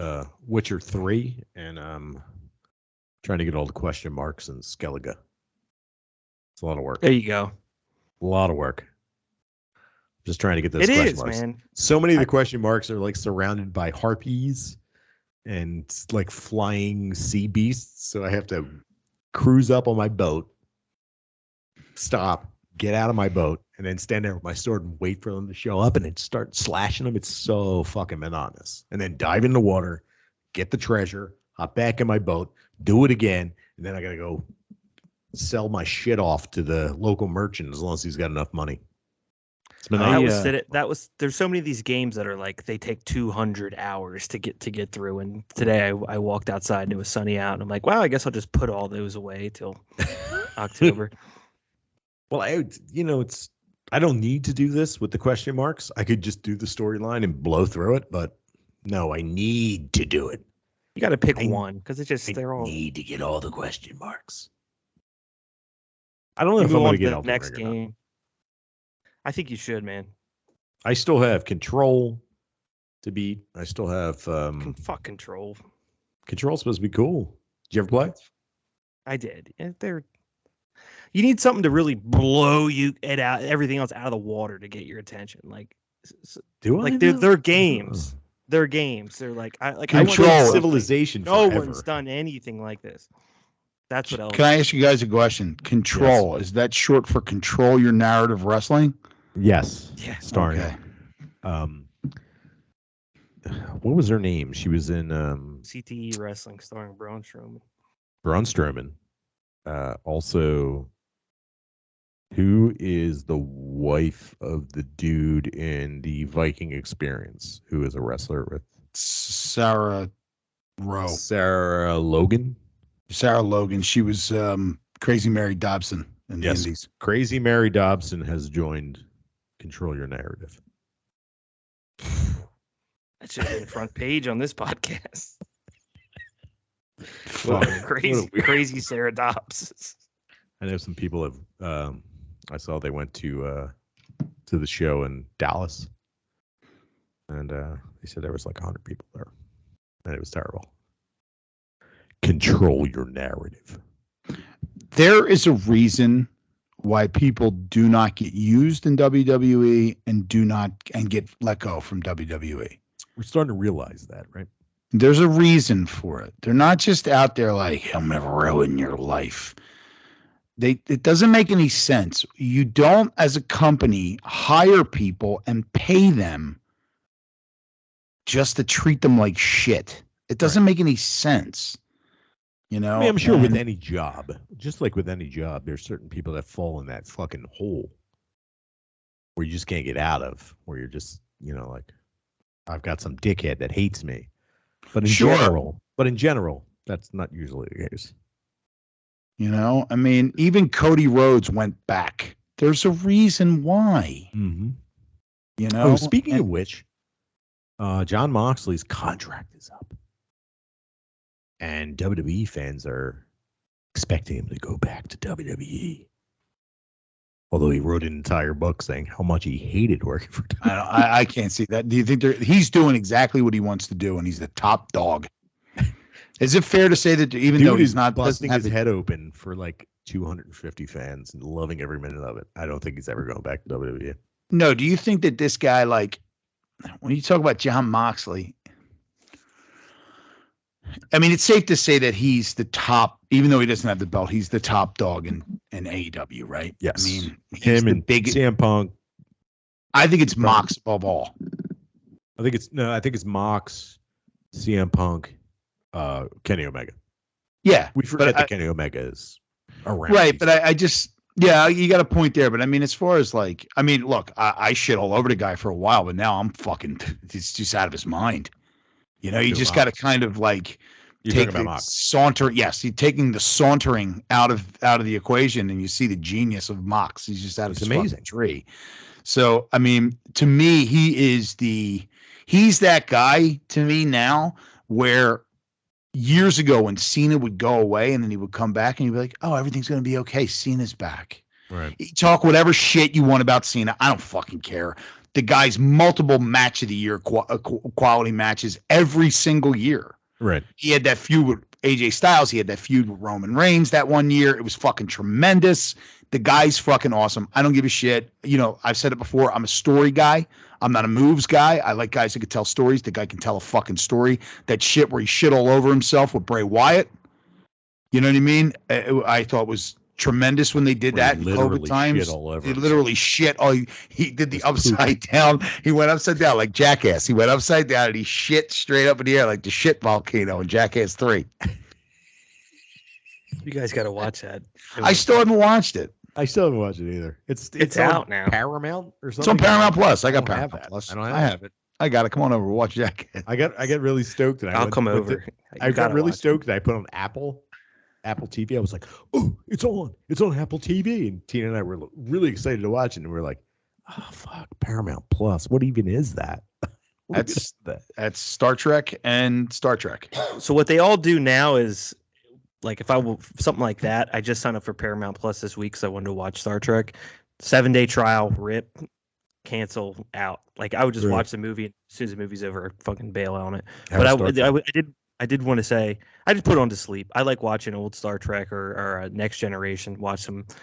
Wait, isn't it all on Netflix? Exploratory Gentlemen. Nope, that's all gone. It's only all Deep gone. Space Nine. It's only Deep Space Nine. Deep Space Nine. That'll be going soon. Deep Space Nine is definitely something to put you to sleep, especially that first season. So, my only problem, and this really upset me. So I'm a huge Star Trek fan, original Star Trek, and I do the same thing. Yeah, and I do the same thing. I put it on to go to sleep, right? So I put it on. They've added a fucking ad to the beginning of it. So you get an ad for a program on Paramount Plus, and then you get the episode. That you'll never watch. 1886, a racist TV show Yellowstone spinoff. Yellowstone, TV for racists on the Paramount Network. That's so funny you said that because the Yellowstone DVDs are getting passed around my family like they're fucking the faces of death tapes. Yeah, you gotta see this. So I talked to my wife about it, and she's like, "Oh, people are really talking about it." I was like, "My brother calls it racist TV. TV for racists. Listen, for racists." I was like, don't think we're gonna like it." Not everybody. I'm going to tell you when I'm done this point, I'll tell you exactly why you won't be able to watch it. Not everybody who watches Yellowstone is a racist, but every racist watches Yellowstone. There you go. That's what it is. It's just, so here's the thing. So Cole Hauser's in it. You know who Cole Hauser is? I have no idea. Cole Hauser, you know who he is. He was in Coach. He was the guy. He was you ever shoot a piece of meat? That guy. Wait, what? Remember what was the Higher Learning? You ever shoot a piece of meat? That dude. He was in a lot of shit. He was in Riddick. He was in Pitch Black. He was in Good Will Hunting. He's in a junkie bounty hunter in Pitch Black. Yeah, he's in a ton of shit, right? So he's in this show. He's in this show. I want you. I'm going to set it, but while I'm telling you, Chris, real quick, before we move on for that. Was he trying to be Tony Montana when he was doing that? I have no fucking idea. But I'm gonna. Have you ever shot a piece of meat? So, Chris, to your point, if you guys could indulge me for 1 second, my mom married this guy that she worked with, and I now have to get like Christmas gifts for her family, who I don't know at all. So that this guy's dad is 80 years old. I gave him a Yellowstone DVD box set that I'd never purchased and never saw him, but that was a gift for me. But I see on Facebook his last two posts. Thanks at me, loving Yellowstone. Dude. And then the next post a day later, big show at the White House today for Jackson Brown. ... Joey, you want a bigger show? ... All caps. Go to the southern border. What? Yes. So Chris, this guy's like 80 years old, but when Chris said that, I was like, yes, dude, these are the people I'm buying Yellowstone for. Like, I'd be a proxy. I can't find a picture of it, right? But his character Now, I only know this because, of course, people I know from work think this show is the greatest show ever. We're talking about Yellowstone, correct? Yeah, and my point. So, Cole Hauser has this weird brownish orange spray tan and this jet black beard and hair that looks so bad. Like, you would not be able to watch this show for 5 minutes without cursing this guy's fucking makeup. And that's every time I see it. Because you know me, right? I don't want to watch shit. Very few things check all the fucking boxes. But I will give everything. For me to watch a television show. Yeah, it's really hard. Most of them, 95% of TV shows are awful. I didn't watch this show. And the reason why I didn't was because of the people who were recommending it to me. Now, I did see still photos or commercials for it, and I was like, what the fuck is going on with this guy? Like, this is a professional television show. Who the fuck looked at this guy and was like, oh, yeah, that makeup looks good. Send him out there. He looks like fucking shoe polish on his face. Oh, you know what it was? My boss came dressed up as him for Halloween. Yeah. As Hauser? Yeah. Meanwhile, people are like, oh, who are you supposed to be? I'm fucking Surfer Sting. I looked fan-fucking-tastic that year. This dude, oh, look at him. He looks like the guy fucking McGuckin. And he's got fucking jet black fucking beard. So I was like, I got to see this shit. So I look at it, and I'm like, oh, no. Oh, no. And then one time there was a marathon on of it when I was at work, and I was like, I got to see it. So I put it on, and I was like, oh, no. And I looked at it, and I looked at him. I was like, how do you watch this and get past this shitbag fucking makeup job? Dude, it's terrible. It's like amateur hour. I've bought five Yellowstone DVDs and gifted them, and I've never seen them. I actually watched 1 minute of the show, and the first minute of the show is Kevin Costner's in a massive horse trailer accident. And so the first minute of the first episode, Kevin Costner is crashed in Wyoming, and they show a horse that has been in a car accident in a horse trailer, and it's the most graphic, mangled horse you'd ever see. And then he shoots it in the head, and then they cut to the trailer of the first episode, and I was like, well, fuck this, because represents white America. If it was it's exactly what it is. If it was the best show of all time and season 5, they just kicked it off with graphic animal brutality, I'd be like, I hated that they did that, but it's a good show. You can't start S1, E1 with just something that you've never seen in your life. This is them saying this is what real tough guys. Exactly. This is how it is. Tough guys. This is what tough guys. And I'll be honest with you, I am having a very difficult time dealing with anybody who thinks that this is there's any kind of reality in their perceptions of America and manliness and they're just so fucking, everybody's just so fucking tough. Testosterone, Let me tell you something. I spend a majority of my free time literally rolling around the floor with dudes. I have no testosterone desire to get into any kind of fucking confrontations or have any kind of negative thoughts that aren't in a ridiculous manner, hating. I spend a majority of my time commercials with a weight tied to my dick watching Willow Nightingale videos. I have no desire. That's because you both actually walk that line. Whether it's Jimmy with the weight tied to his dick or Chris is actually going out there and fucking doing it. You're once you do it, it's this isn't interesting. This is for people that fucking sit on their butt all day and get a big fat couch ass. They have one of the biggest turnoffs. One of the biggest turnoffs, and Chris, I'm sorry, one of the biggest turnoffs for martial arts in general for me is the macho atmosphere of it, the manliness, the faux manliness of it. Chris is not guilty of this, but I'm saying in general, it just doesn't attract me. It pushes me away. I don't. toughness, tough.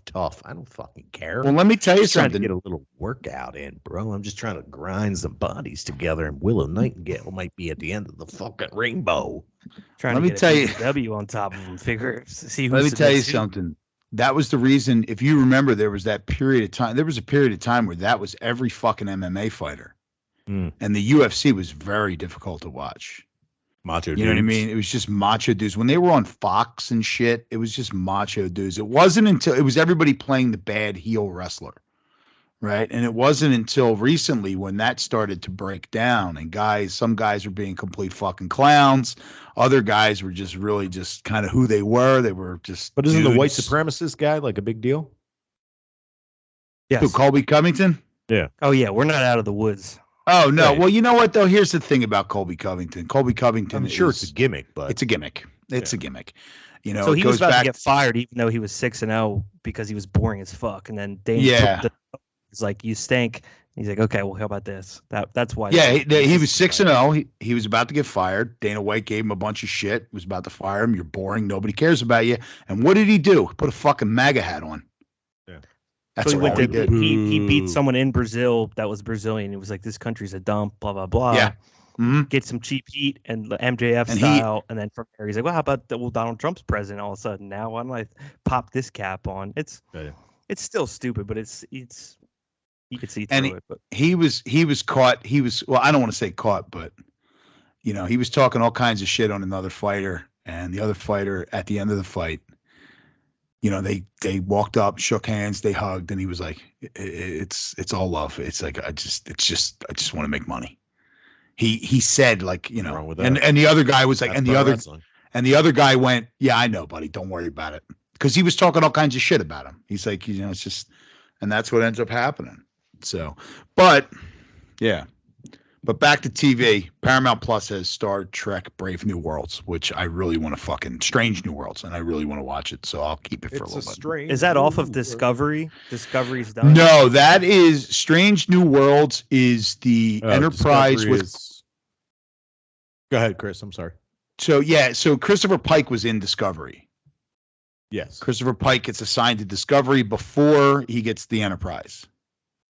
Now he's got the Enterprise, and it is Star Trek before Kirk gets the Enterprise. Gotcha. And I'm really interested. They have the first officer number 1, who was played by Majel Barrett, is Rebecca Romaine plays her. Yep. So there's some. I want to see this show. It looks pretty good. And Brandon, just to cut off. Yeah. I wasn't sure. I didn't know you liked Star Trek. What'd you think of Discovery? Yeah, so you guys actually got me into Star Trek. My dad watched as a kid, but nobody's like in a rush to watch what their dad thinks is cool when they're a little Right. kid. It's for me, it wasn't until I was in my 20s that I like start looking back on some of that stuff, whether it be like the Western movies or Star Trek. I thought Discovery was okay, but it doesn't. I think I'm not far enough into the original Star Trek lineage for it to be meaningful to me, and it's not Right. good enough as a standalone TV show where I watched 4 episodes and just bailed on it. Not saying it's bad, it just didn't check either of those boxes for me. What I want to watch front to back is fucking Enterprise, dude. Oh, that's a good one. Enterprise That's is good. fun. It cuts off way too early. Yeah, it did. Well, it got canceled. Yeah. No, that's a good one. Enterprise is good. I enjoyed Discovery, especially what ends up happening is that a lot of these shows get into holy shit, no one's watching us trouble, and they do a mirror universe. Yeah. It happens Exactly every right, time. yeah. That's exactly what happens. And as soon as they do the mirror universe, people start watching again. It happened with Discovery. It happened with Enterprise. And I don't know. I just saw over this past week. I saw what the fuck's it called? It's called Everything, Everywhere, All at Once. I forget what the fuck it's called. Yeah, I know what you're talking about. I've heard that. It's got Michelle Yeoh in it. Michelle Yeoh is in Discovery. Right. And that fucking movie is amazing. Like I saw it at the theater. I actually went to a theater which I haven't done in 3 years. I went to a theater. I went and saw this, and the fucking movie was amazing. It's got Michelle Yeoh in it, and she's great in Discovery. And I don't know. I really liked Discovery once it hit Mirror Universe. I liked Enterprise when it hit a Mirror Universe as well. The problem for me with the go ahead, Chris. But the problem with me, real quick, is all of these new shows to me are just everything's been so combed through that they just fall into one of two buckets where they do something actually good once, and then they don't fucking leave, and then it's just like, oh god, I don't want to keep going with this. I liked Picard. You didn't like Picard, Chris? I didn't watch Picard. No, I did. I liked it, and then I watched the first episode of the new season. Yeah. And I really liked it, and I just hadn't had a chance to sit down and watch the rest of it. But, this isn't a spoiler if they've gone through this in the ads. We're doing Star Trek Back in Time shit. And, I it's don't cool. like time jumps. No, neither do I. But Mirror Universe, I'm okay with. Time jumps, I'm not okay with. But, the only thing that I'm okay with was, and we know who the villain was. They revealed that in the ad. So we knew who the antagonist was in the entire series. So I was, even when he showed, right. It's Q. And even when he showed up at the end of the episode, I was fucking excited as hell. Like I couldn't wait to see him. And as a kid, teenager, when the original Next Generation was on and Q was in it, I did not like that character. It grew on me as I became. But as an adult, you watch it. As an adult, you can appreciate him. He's probably the highlight of that TV show. Yes, he is. He's the only real thread through the entire show. Right. Everything else is kind of standalone. They tried it with a few other things, but it never really worked. And then they have this new one that they have, and this is another one that they've said in the ad, so it's not spoiling anything. If you're familiar with Star Trek, Christopher Pike, who's the captain of the Enterprise, ends up really injured, and he's in like this weird wheelchair, and his face is frozen, and he's all burned up. At some point in Discovery, he sees an image of that being his end. Right. Which is original Star Trek storyline. Right. And he sees the image of his end, and he knows what's going to happen to him. And he has to navigate his command, not being afraid to do things, knowing that at any moment he's going to end up like this in this chair. So that's like the common thread. Now, I don't know how long they're going to run this for. Fucking awesome. Yeah, he's like, and the guy they got playing him looks really good. And I don't know how long they're going to run this show for. Maybe it's a year, maybe it's a couple years. And to be honest with you, with the streaming services, I would rather we started watching Moon Knight the other day on Disney. And, they're doing these Marvel ones. They're doing them Hold on, real quick. Brandon, you have no interest in Moon Knight, right? It's Marvel. I don't. No, I don't. No, I don't. Okay. I fucking hate Marvel, dude. No, I get it. I completely understand it. I get it. And this what happens when you're starved for content, because I wouldn't watch any of that shit either. We just put it on. I was not crazy about it, but I really like Oscar Isaacs. Dude, my favorite. My favorite. Really? He's in that? Bone him. Bone? Oh bone? I would stretch my dick for him. But he's top dog for me right now. Like, yes, he's in that show, and that's the reason I watched it. It's okay so far, but it hasn't told me shit. But Chris, go ahead, continue. Oh no, but like I said, they're doing it in a way where it's like, all right, they're going to do Moon Knight. They're doing 1 year. You're going to tell me the story over 6 fucking episodes. End of fucking story. Thank you. Bye bye. Move on. You're going to drag these things out. We've seen it with so many programs where they drag them out and they drag them out, and a lot of them are good. But, some of them, the highlight of fucking the show happened, and now you're trying to like I always said that with The Walking Dead. That was a show to me where it was like, we're going to try to capture the magic of season 1 for the next, seems like 20 fucking years now. I hate to defend Walking Dead, and I watched it from the beginning.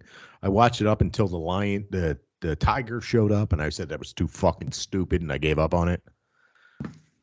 They had that whole season at the farm where there was a writer's strike, and they just fucking fucking hamster wheeled it through that entire season. It was it killed that show for me. Some people were still fucking crazy about it, but I was like, oh, we finally got past this boring part. Oh, there's a tiger. This is stupid. I'm done. Well, that's another thing with shows where it's like people will be like, oh no, you just got to get to like season 3 and then it really gets good. Nah, I'm done. No thanks. That's fucking like 40 hours. That's 40 hours of fucking television. I'm cool, bro. That's 40 hours of watching crap. Get your fucking real estate license that time. And that's the other thing. Like when we watch television shows, I force a limit. We'll watch a show, we'll come to the end of the episode, and my wife will look at me and I'll go, nope. I'll turn it off, watch another one tomorrow. I got one episode in me. Yeah. If it doesn't hook me in the first episode, I'm like, nah, I'm good. Well, even when you're hooked, right? And you can binge the whole thing. Anticipation. Wait a couple days, we'll watch another one. So that's what we end up doing. Then we watched Moon Knight. Of course, my wife fell asleep. And that's the other thing. I like to watch shows with my wife, and she falls asleep 5 minutes into them. I have been watching, I started watching The Bad Batch, which is a Star Wars one, animated one. I don't know. Yeah, and I'm really enjoying that. I'm like 3 episodes deep. But that's one I watch on my own. I'll have to set you guys up. Some of my nerdy friends have adopted this hobby of setting up like streaming servers on their own property. And it's called Plex, Plex. Yeah. So I just go on there and just be like, what have they pulled into their Plex server? Be like, okay, well, this must have been vetted by somebody. But that's how I get like most of the new stuff. So that's what Jackass was on there immediately. I don't pay for any of the services anymore. It's just I'll have to give you a login. But how about a show called Old Enough on Netflix? Have you guys had this on your feed yet? No. I never go on Netflix. Okay. So they're 7 minutes long. It's a Japanese television show where they give these little kids under 5 years old tasks. They have to complete these tasks by their parents. And they walk out there with their little bags. And they have to go pick up groceries. Oh my God. I blew through fucking 6 episodes. It's absolutely adorable, that show. Now that I could watch. I like the diner. The one kid just had boogers. And by the end of it, he had boogers running straight into his mouth. Oh my God. It was so fucking funny. Was he like trying to build a coffee table or something? Like, what are they making? He just had to walk to the store and pick up. I forgot what he had to pick up. It was like, I don't know, scallions or something, but he had to walk like a kilometer. By the end of it, he was like dragging. Oh, he had to buy flowers for the. Oh my God, it's so fucking adorable. I would love that. And the episodes are like 7 to 10 minutes long, and it's legit like you blow through them. Bang, bang, bang, bang. The one girl had to go pick up a cabbage, but they told her the cabbage is in the shed. She forgot because she's 4 years old. So she walks up into the farm and she finds a cabbage and she's trying to rip this cabbage out. She's rocking it back and forth. Eventually, the cameraman goes to help her because she notices the cameraman's there. They don't notice the cameramen are following them, like the entire production team's around them. Occasionally, they like make eye contact and then they just work it into the show and they're like, oh, everything's fine. But since they're so young, they don't really put it together. And she's rocking back and forth, and she ends up pulling this giant cabbage out of the ground, and she drags it back to her parents' house. It's dark. It's fucking amazing.